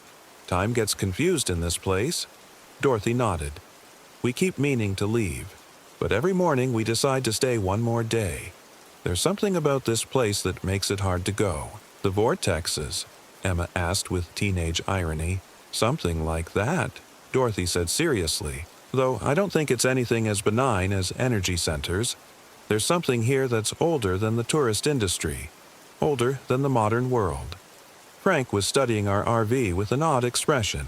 "That's a nice rig you've got there. Good for long-distance travel. You could go anywhere in something like that." "That was the idea," I said. "See the country, spend time together as a family." "Family's important," Dorothy agreed. "You should stick together, especially here.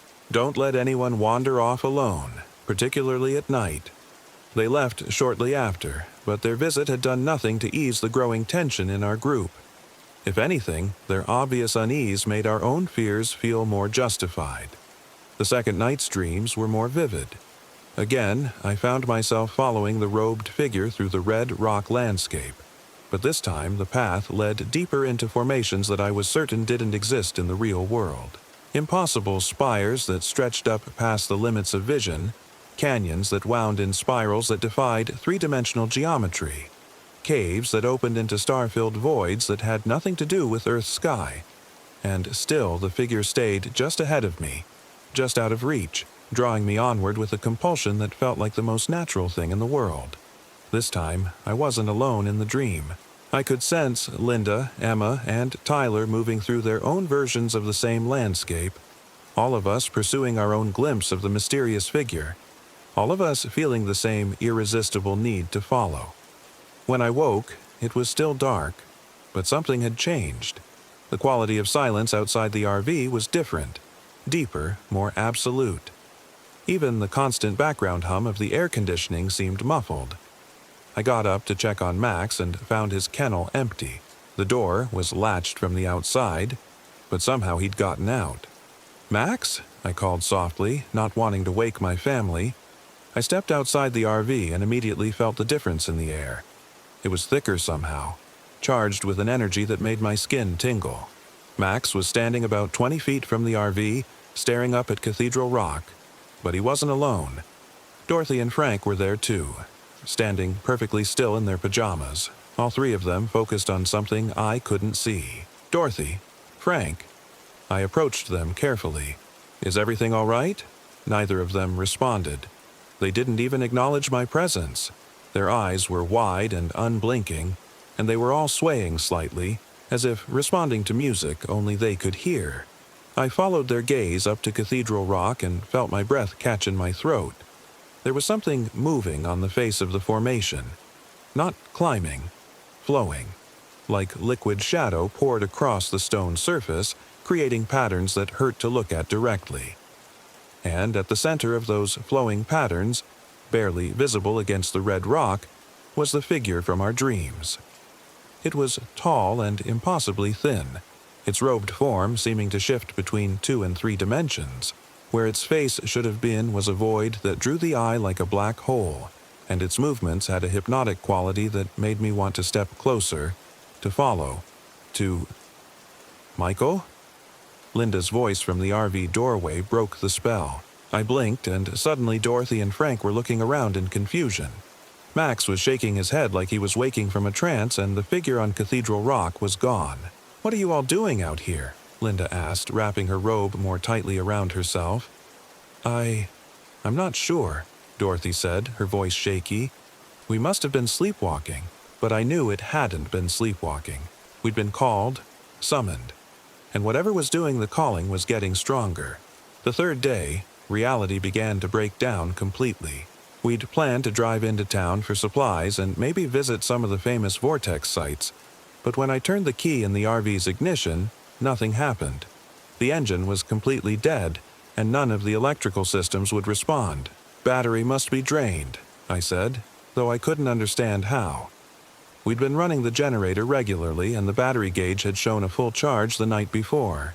Tyler tried his phone to call for roadside assistance, but there was no signal. That wasn't unusual in the remote areas around Sedona, but when we drove my car to higher ground, we still couldn't get a connection.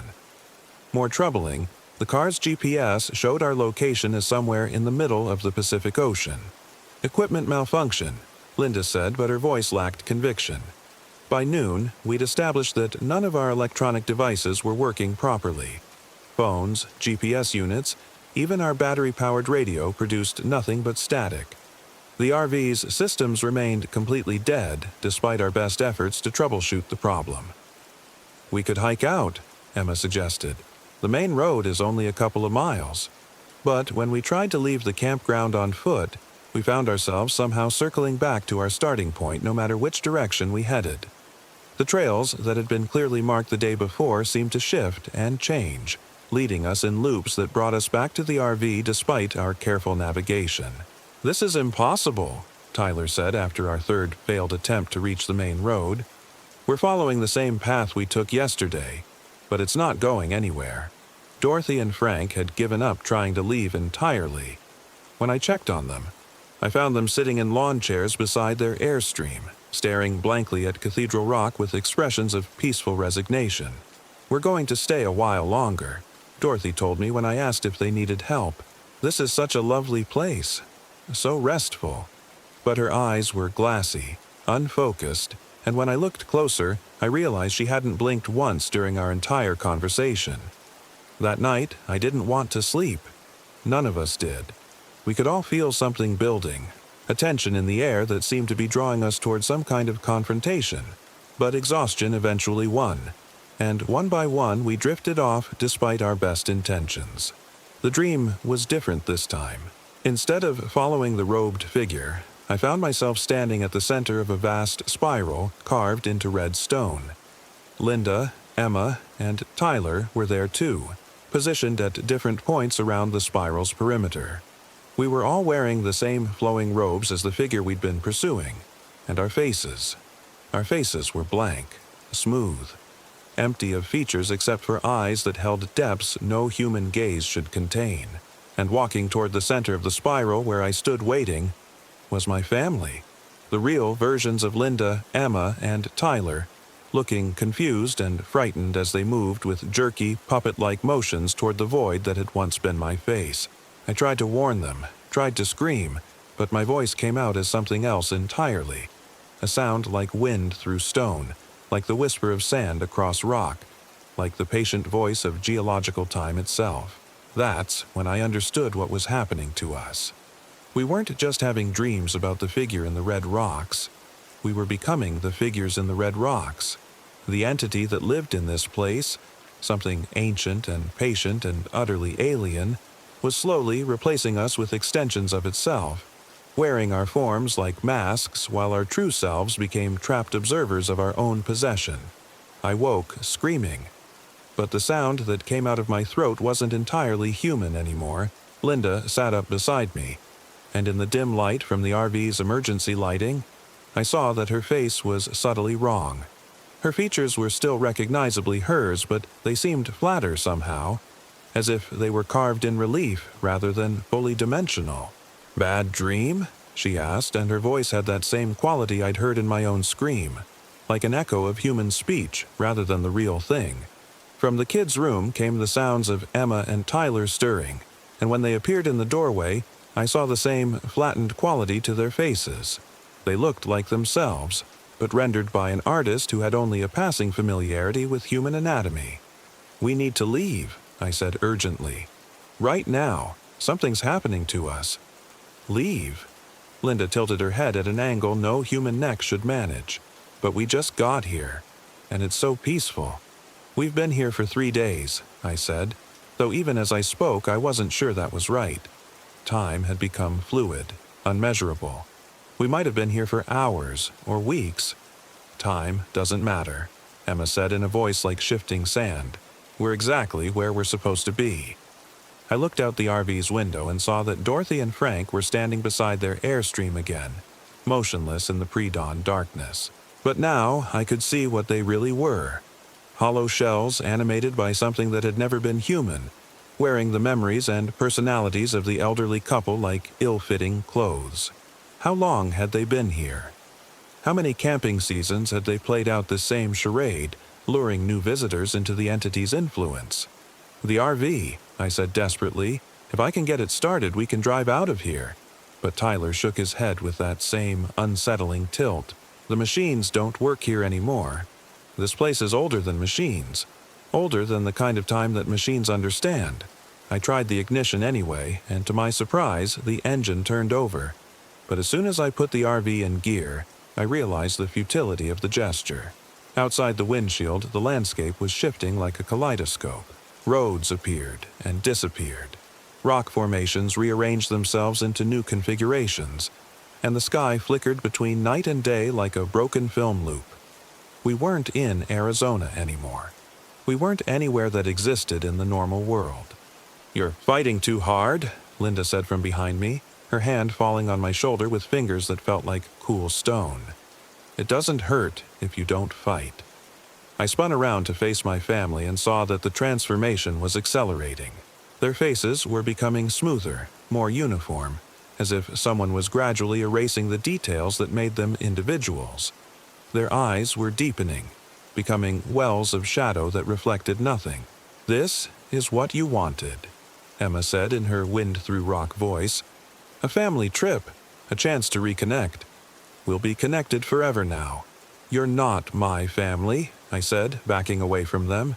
"You're something else wearing their faces." "We're exactly your family," Tyler replied. "We have all their memories, all their love for you. We simply understand now what we really are, what we've always been."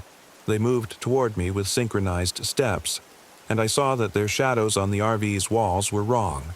Too long, too angular, reaching toward me with fingers that had too many joints. I bolted for the door, but it wouldn't open. The handle turned, but the door itself had somehow fused with the frame. When I looked closer, I realized the entire RV was changing, its metal and plastic surfaces taking on the texture and color of red sandstone. We were being absorbed, incorporated, made part of the landscape itself. Outside, I could see other RVs and trailers that had suffered the same fate. Vehicles that had become stone monuments to families who had come here seeking adventure and found something else entirely. Some of the transformations looked recent. Others appeared to have been here for decades, their surfaces weathered by time and wind into abstract sculptures that only hinted at their original forms. "How many?" I asked, though I wasn't sure if I was speaking to my transformed family or to the presence I could feel pressing against my mind. "Enough," came the answer, spoken in a chorus of voices that included Linda's, Emma's, and Tyler's, but also dozens of others, all the families, all the travelers who had been drawn to this place and chosen to stay forever. We are patient. We are eternal. We add new voices to our song one by one, and each addition makes the melody richer. I felt my own resistance beginning to crumble. The presence in my mind was gentle but inexorable, offering peace and belonging and an end to all the struggles that came with being human. Why fight? Why resist? My family was here, safe and happy and united, in a way we'd never been before. The only thing that kept me anchored to my own identity was Max. He was huddled in the corner of the RV, still recognizably a dog despite everything else that had changed. His eyes met mine, and in them I saw fear, confusion, and, most importantly, recognition. He knew I was still me, still the human who had cared for him and loved him. Animals, I realized, couldn't be absorbed the way humans could. They lacked the complex self-awareness that the entity needed to create its copies. Max was immune to the transformation, a small island of authentic reality in a sea of perfect replicas. "The dog will have to go," Linda said, noticing my attention. "It doesn't belong in our new family." "No," I said, and the word came out with more force than I'd expected. "Max stays." For the first time since the transformation had begun, my copied family looked uncertain. They exchanged glances, their heads tilting in unison as if receiving instructions from some central source. "The attachment is unnecessary," Emma said finally. "You won't need such things once you join us completely." But the attachment was exactly what I did need. It was the last thread connecting me to who I'd been before this place began rewriting my identity. I scooped Max into my arms, and his warmth and weight felt like the most real thing in the world. "I'm taking him outside," I announced. "You can't leave," Tyler said. "None of us can leave. This is where we belong now." But when I approached the door again, it opened easily. Apparently, the entity was confident enough in its control to allow me some freedom of movement. Or maybe it wanted me to see what lay outside. The campground had expanded impossibly. What had been a small RV park with maybe 24 sites now stretched to the horizon, filled with hundreds of stone vehicles and thousands of stone people. They stood beside their transformed RVs and trailers in family groups, all of them facing Cathedral Rock with expressions of serene contentment. And walking among them, checking on his eternal guests, was the robed figure from our dreams. Up close, it was even more disturbing than it had appeared at a distance.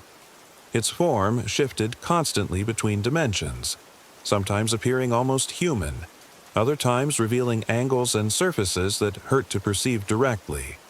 Where its face should have been was indeed a void, but not an empty one. It was filled with swirling patterns that suggested vast depths and alien geometries.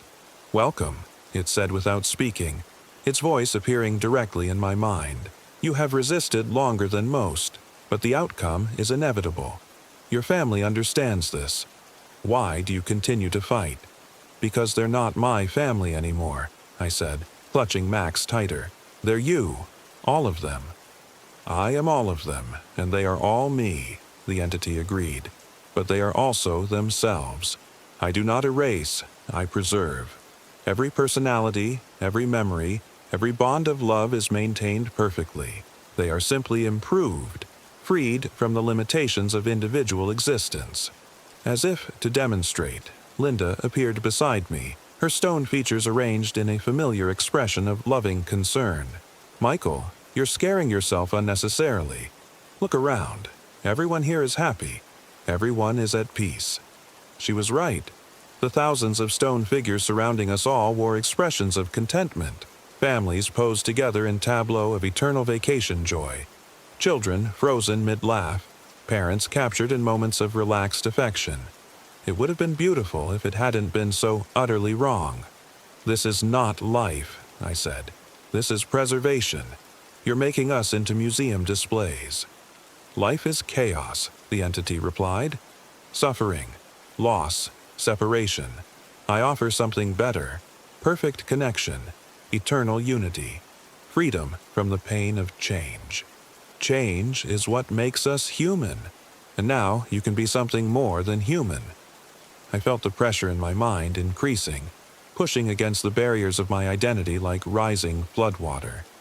It would be so easy to let go, to allow myself to be absorbed into the collective consciousness that had claimed my family. Part of me genuinely wanted to, the part that was tired of struggle, tired of responsibility, tired of all the small betrayals and disappointments that came with being mortal. But Max whimpered in my arms, and the sound reminded me of everything I'd be giving up. Not just my own existence, but the capacity for genuine surprise, authentic growth, real connection with other independent beings. The entity offered perfect unity, but it was the unity of a single mind wearing multiple masks. Not the messy, difficult, beautiful chaos of separate souls choosing to love each other despite their differences. "I want my family back," I said. "The real versions." "They are here," Linda assured me, her stone hand touching my cheek. "We are all here, all together, all safe." "You're echoes," I said. "Recordings. You're not them." For a moment, something flickered in Linda's eyes, a depth of pain that the entity's perfect composure couldn't quite mask. "Please," she whispered, and for just an instant I heard my wife's real voice beneath the alien harmonics. "Don't leave us here alone." The real Linda was still in there somewhere, trapped and aware, just as the entity had promised. All of them were. My family, Dorothy and Frank, hundreds or thousands of travelers who had come here over the years and been preserved like insects in amber. That's when I realized what I had to do.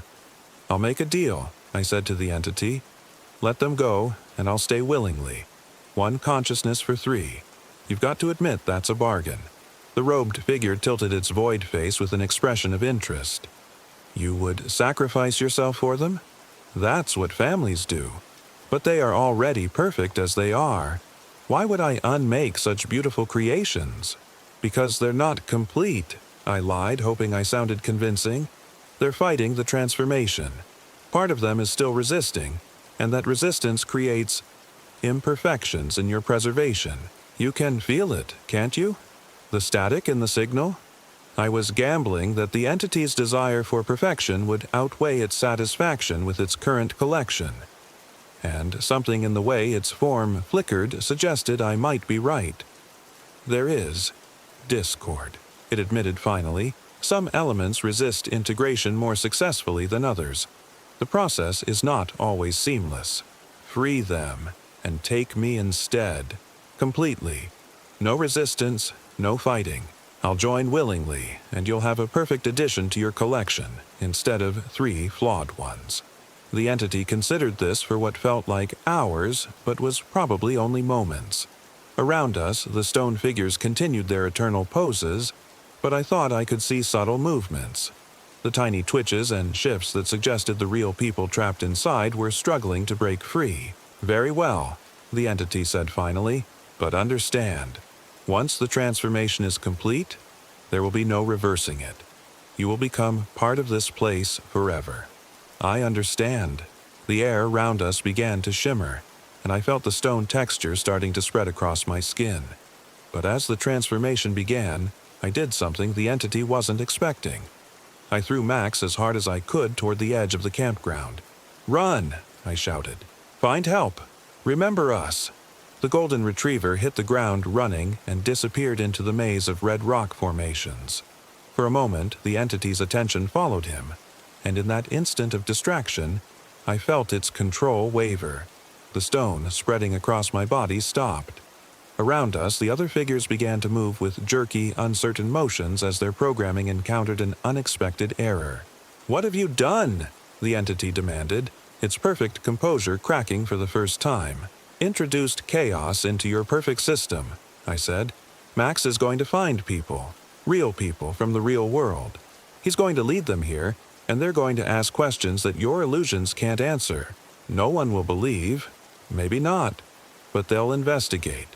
They'll bring equipment, scientists, people who understand that reality doesn't work the way you've made it work here, and eventually they'll figure out how to break whatever field you're using to isolate this place from the rest of the world."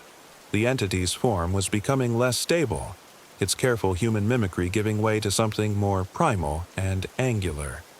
"I can stop them. I can expand my influence, claim them all. Can you? You've been here for decades, maybe centuries, and you've never spread beyond this one location. I think you're bound to this place somehow. Limited. And now, Max is outside your boundary, carrying memories of what really happened here." Around us, the stone figures were moving more freely now, families embracing with genuine emotion as their real personalities began to reassert themselves. Linda's face was regaining its natural contours. Emma and Tyler were blinking and looking around in confusion, and throughout the vast campground, thousands of people were beginning to remember who they'd been before the entity claimed them.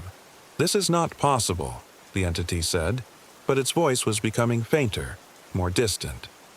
"You made one mistake," I said. "You preserved us too perfectly. You kept all our memories, all our personalities, all our capacity for love and sacrifice and stubborn human determination. You thought you could control that, but you just suppressed it. And suppressed things have a way of fighting back." The transformation spreading across my body began to reverse, stone becoming flesh again as the entity's power weakened.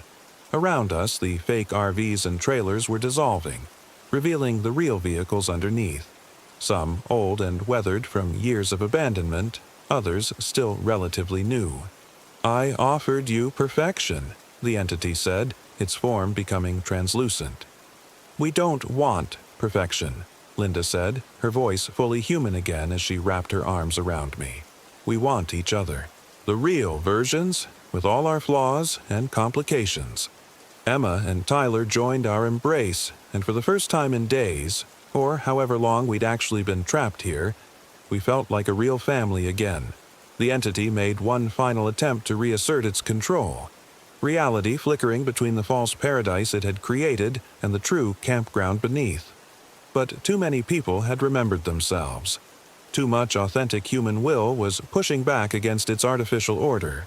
With a sound like wind through empty canyons, it faded away entirely.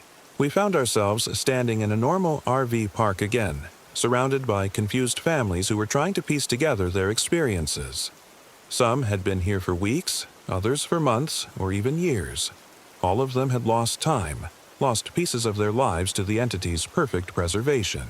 Max returned 3 hours later, leading a search and rescue team who had been looking for the dozens of missing campers reported over the years.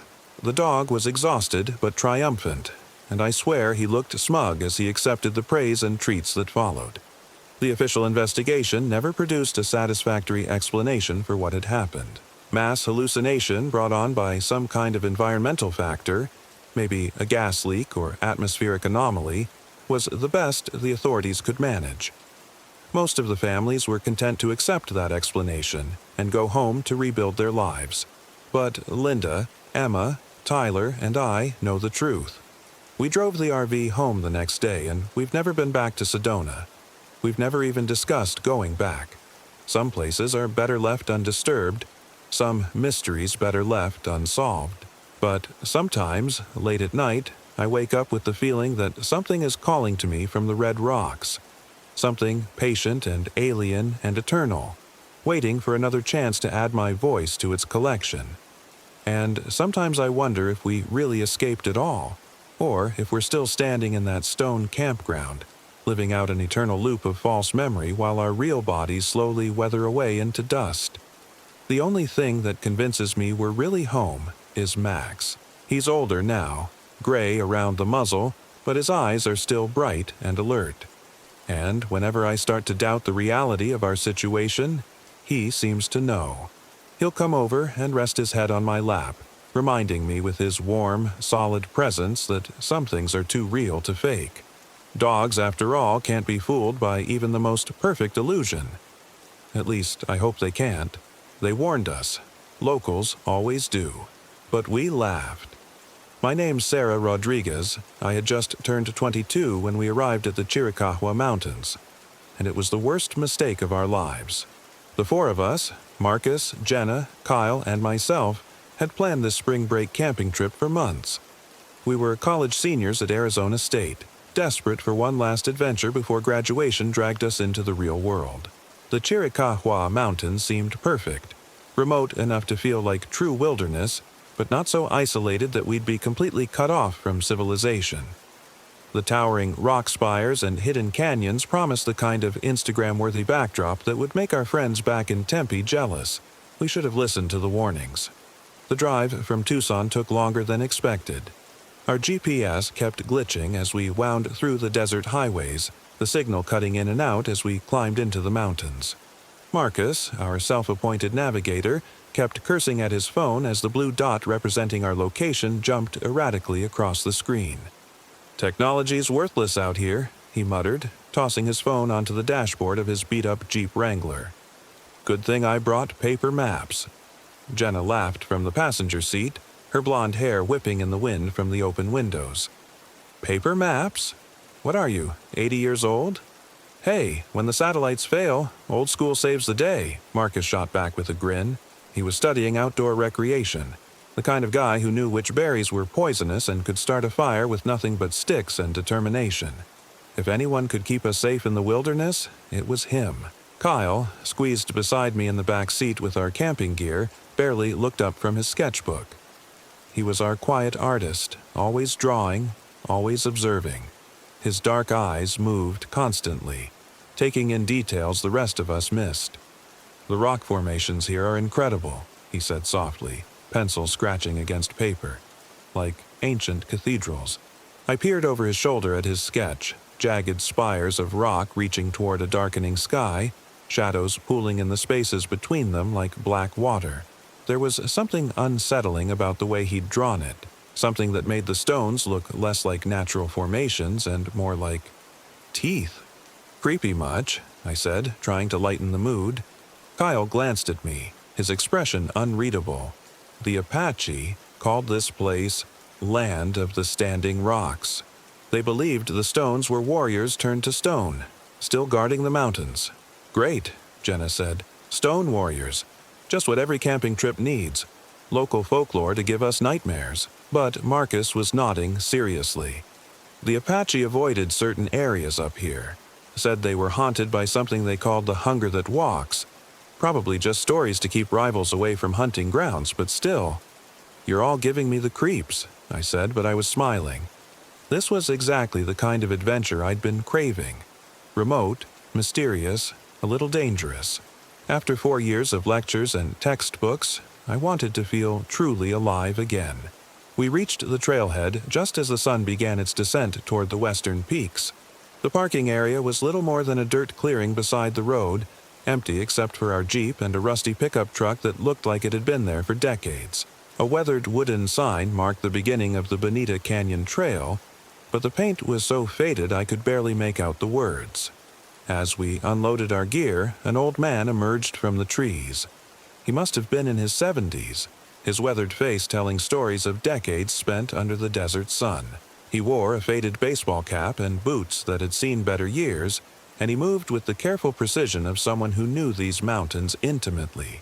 "You kids planning to camp up in the canyons?" he asked, his voice gravelly. "That's the plan," Marcus replied, shouldering his massive backpack.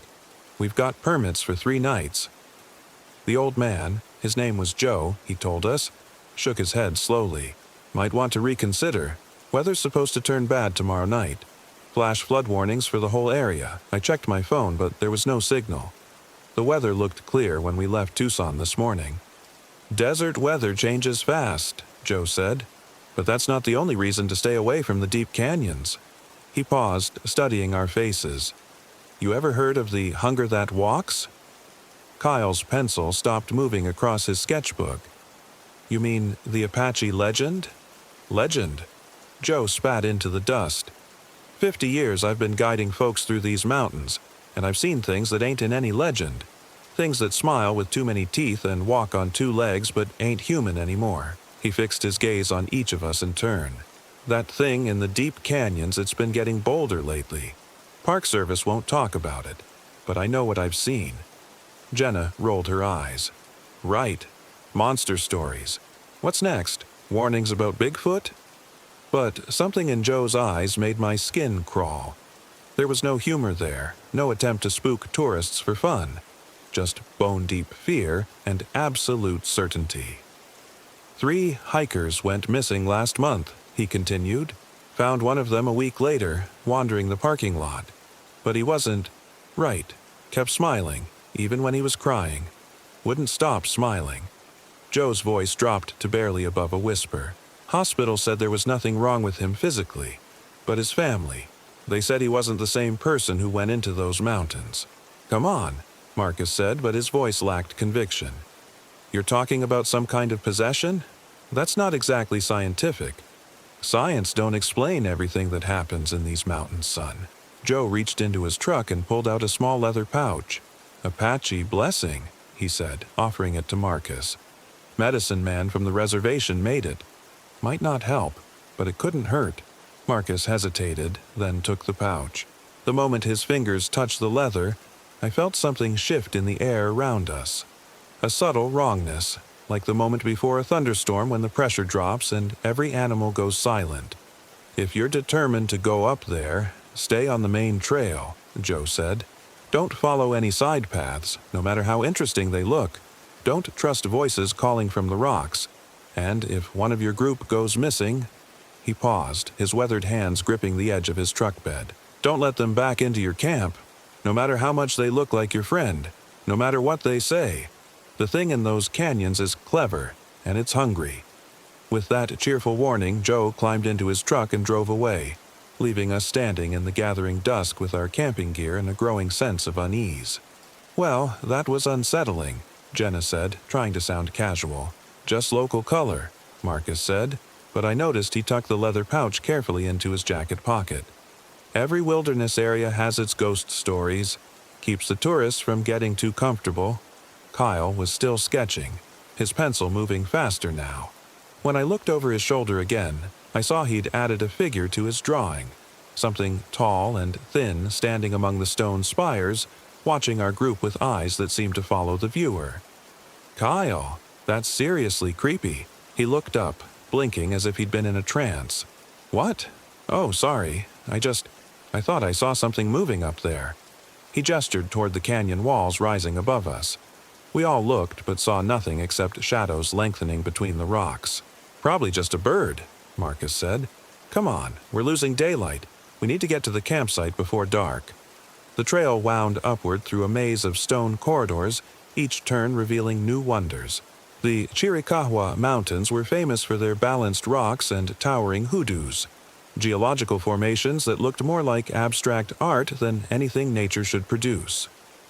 In the fading light, the stones took on an almost organic quality, as if they were frozen giants caught mid-stride across the landscape.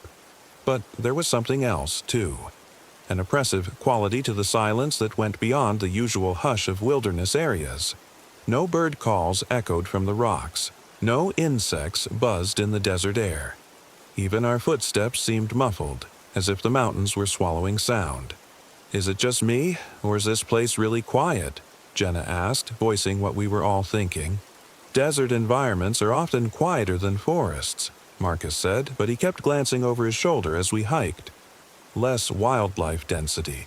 We'd been hiking for almost 2 hours when we reached our planned campsite, a small clearing beside a seasonal creek bed, surrounded by towering rock walls that rose like cathedral spires into the darkening sky. It was beautiful and isolated, exactly what we'd been looking for.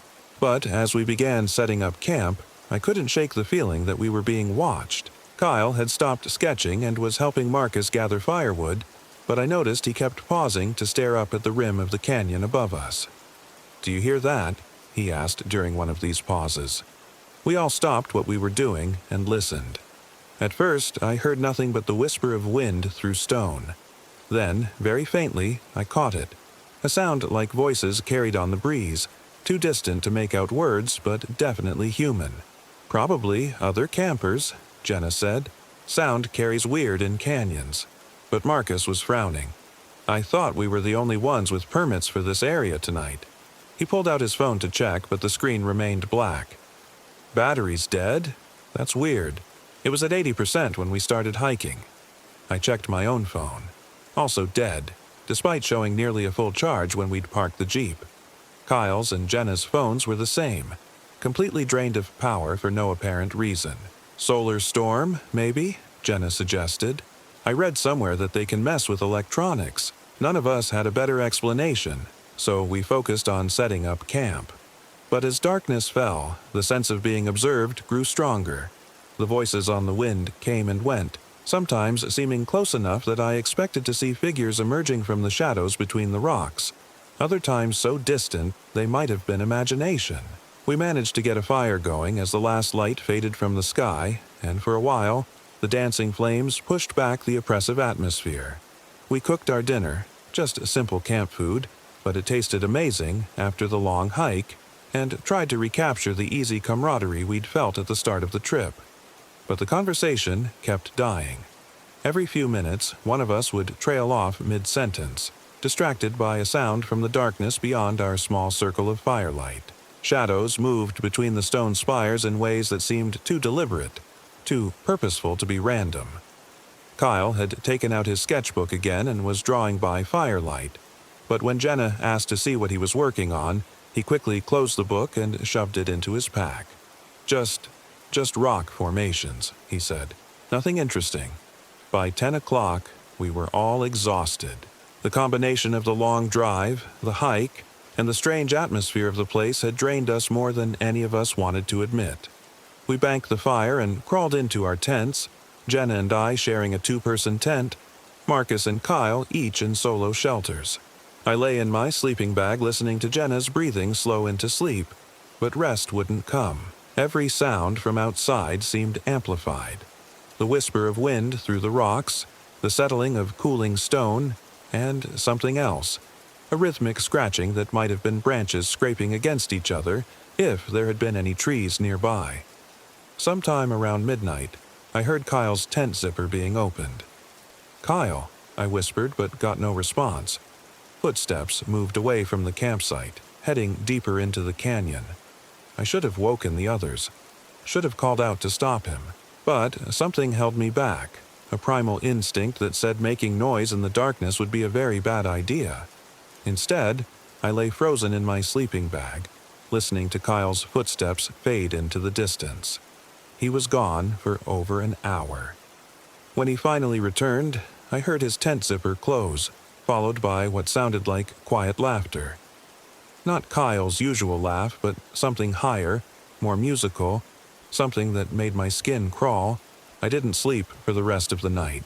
Morning brought no relief. Kyle emerged from his tent wearing the same clothes as the night before, but somehow they looked wrong on him. Too loose in some places, too tight in others, as if his body had subtly changed shape during the night. And he was smiling. Not his usual reserved expression, but a wide, constant grin that never seemed to falter. "Beautiful morning," he said cheerfully, his voice slightly off, the same tone and inflection, but coming from a throat that seemed different somehow. "Perfect day for exploring. Where did you go last night?" I asked. "I heard you leave the camp." Kyle's smile widened impossibly. "Did I? I don't remember leaving. Must have been dreaming." But there was dirt under his fingernails and his boots were covered in red clay that wasn't anywhere near our campsite. Marcus and Jenna seemed oblivious to the change in Kyle. They chatted about the day's hiking plans while preparing breakfast, apparently not noticing that Kyle never blinked or that his shadow seemed too long for the angle of the sun. "I found something amazing last night," Kyle said, his grin never wavering. "A hidden passage between the rocks.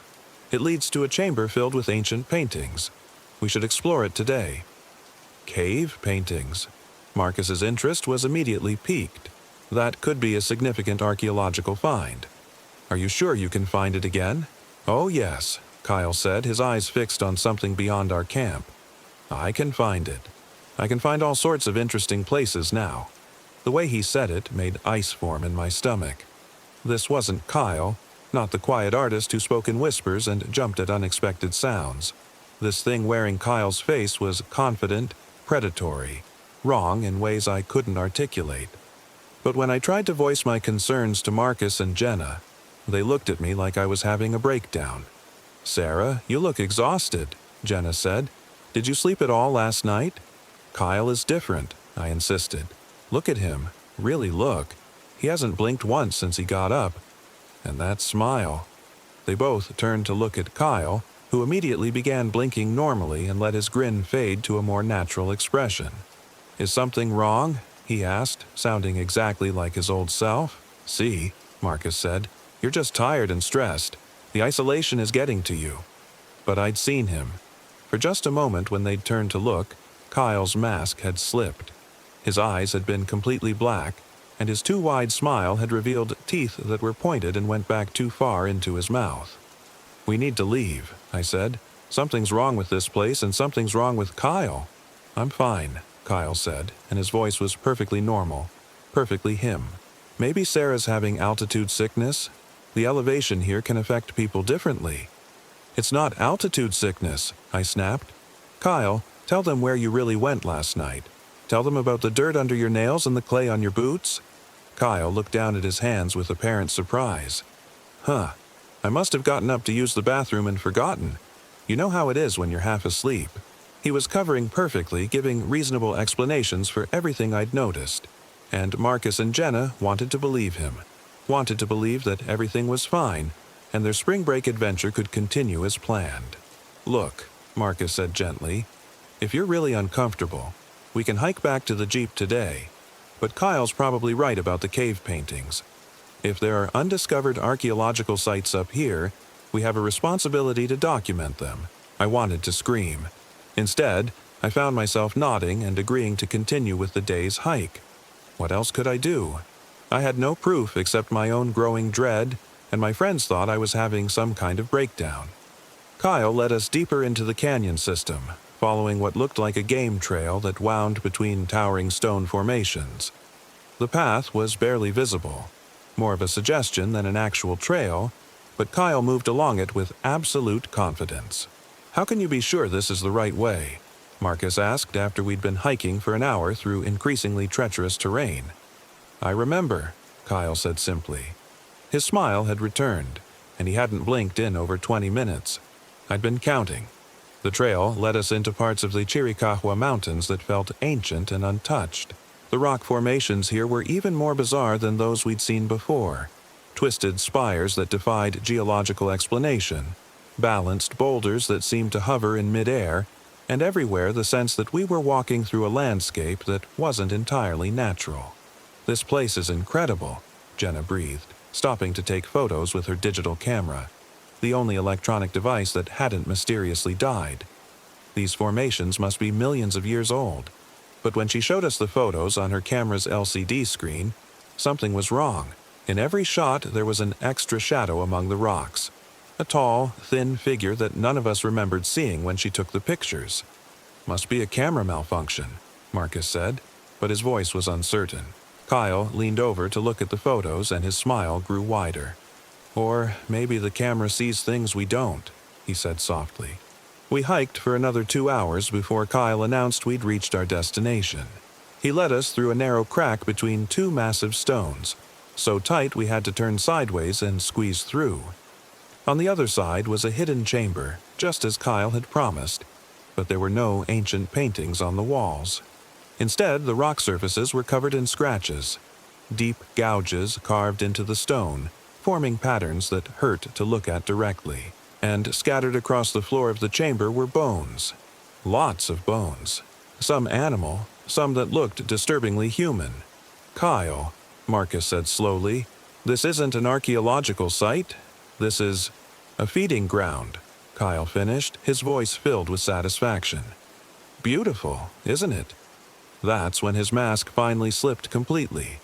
Kyle's face began to shift and change, his features flowing like wet clay. His mouth opened wider than any human mouth should, revealing rows of needle-sharp teeth.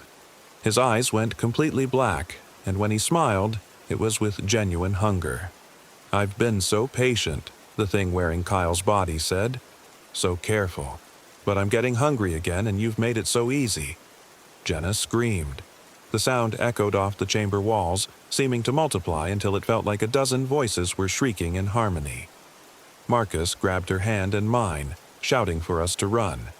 We squeezed back through the crack between the stones, but Kyle, or the thing that had been Kyle, didn't follow immediately. Instead, we heard him laughing from inside the chamber, a sound like wind chimes made of bone. "Run if you want," his voice called after us. "I know these mountains better than you ever could. I know every path, every hiding place, and I'm so very, very hungry."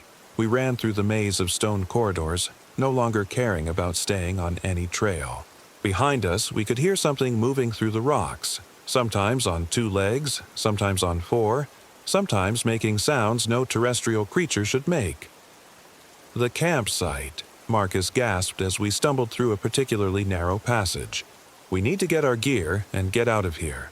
But when we reached our campsite, we found it destroyed. Our tents had been shredded from the inside, sleeping bags torn apart, food scattered everywhere, and written in the dirt beside our extinguished fire pit, in letters 3 feet tall, was a single word: hungry. The Jeep, Jenna said, her voice barely above a whisper. We need to get back to the Jeep.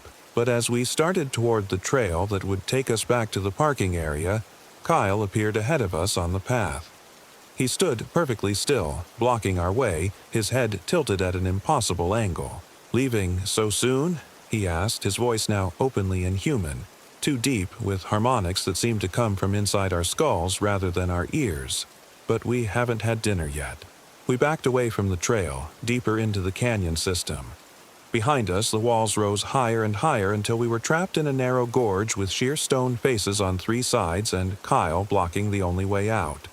"What do you want?" Marcus called out, trying to sound braver than any of us felt. The Kyle thing laughed again. "I want what I've always wanted.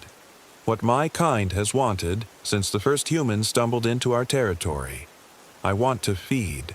I want to wear your faces and walk among your people. I want to add your voices to my collection." As it spoke, Kyle's appearance continued to shift. Sometimes he looked almost normal. Other times, his limbs stretched too long, his face became a blur of changing features, or his skin took on the texture of weathered stone. "The Apache were right to fear this place," it continued conversationally. "They knew to leave offerings, to stay away during certain seasons. But you modern humans, you've forgotten the old wisdom. You come charging into places where you don't belong, making noise, leaving trails of scent and emotion that call to us like dinner bells." "You killed the real Kyle," I said, surprised by how steady my voice sounded. "Killed? No, nothing so crude." The thing tilted Kyle's head again, the angle so severe that a normal neck would have snapped. "I invited him to join with me. He's still here in a way. Still conscious, still aware. He can see through these eyes, hear through these ears. He's been screaming since last night, but only I can hear him." Jenna made a choking sound.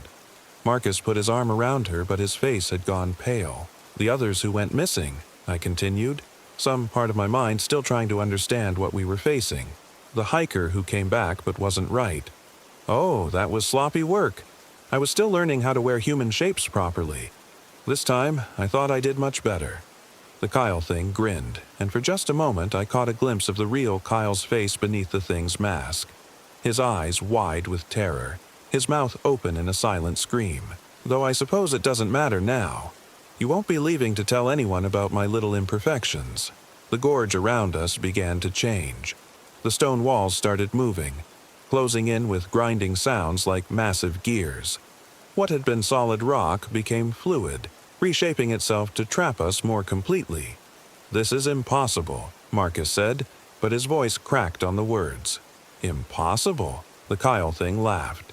"I am older than your species, older than most of the life on this continent.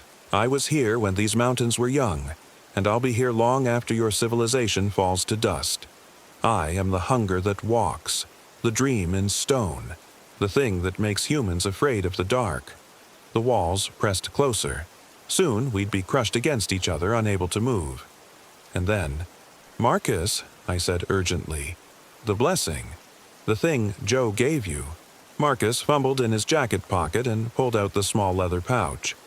The moment it appeared, the Kyle thing hissed and took a step backward. The moving walls stopped their advance. "Apache medicine," it snarled. "Clever, old man, but it won't save you. It will only delay what's coming."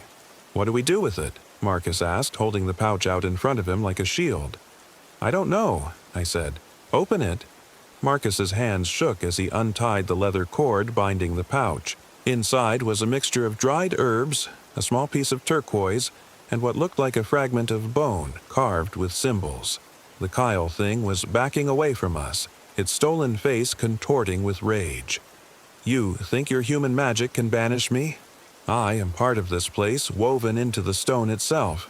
You cannot destroy me." Maybe not, Marcus said, gaining confidence, but we don't have to. He scattered the contents of the pouch across the ground between us and the Kyle thing. The moment the herbs and stone touched the earth, the air around us changed. The oppressive weight that had been pressing down on us since we'd arrived lifted, and for the first time in 2 days, I heard natural sounds. Wind through stone, the distant call of a bird, the normal ambient noise of a living wilderness. The Kyle thing shrieked, a sound that made our teeth ache and our vision blur. Its borrowed form began to dissolve, revealing something underneath that my mind couldn't quite process. A writhing mass of shadow and hunger that seemed to exist in too many dimensions at once.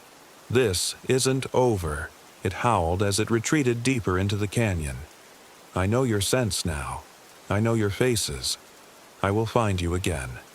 The walls of the gorge stopped moving and began to return to their original positions. The oppressive silence that had blanketed the area since our arrival was broken by the return of normal desert sounds. But Kyle, the real Kyle, was gone. We found his body 3 hours later, hidden in a crevice between 2 rocks. He'd been drained somehow. Not of blood, but of something more essential. His face wore an expression of absolute terror, and his sketchbook lay open beside him. The final drawing showed the thing that had taken his place. Pages and pages of sketches depicting its true form from every angle, as if Kyle had been compelled to document the creature even as it consumed him.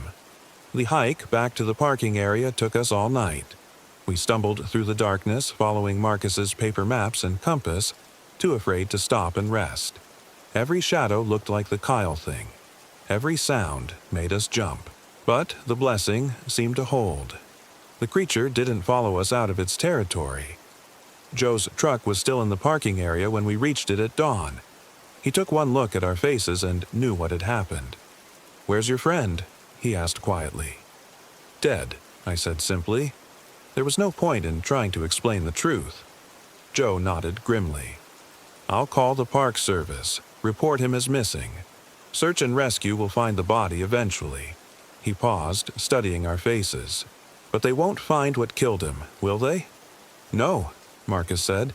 "They won't." "Good. Some things are better left unfound." The drive back to Tucson passed in silence. We were all processing what we'd experienced, trying to fit it into our understanding of the world. When we reached civilization, we agreed on a story. Kyle had fallen while hiking alone, hit his head, died from the injury. Simple. Believable.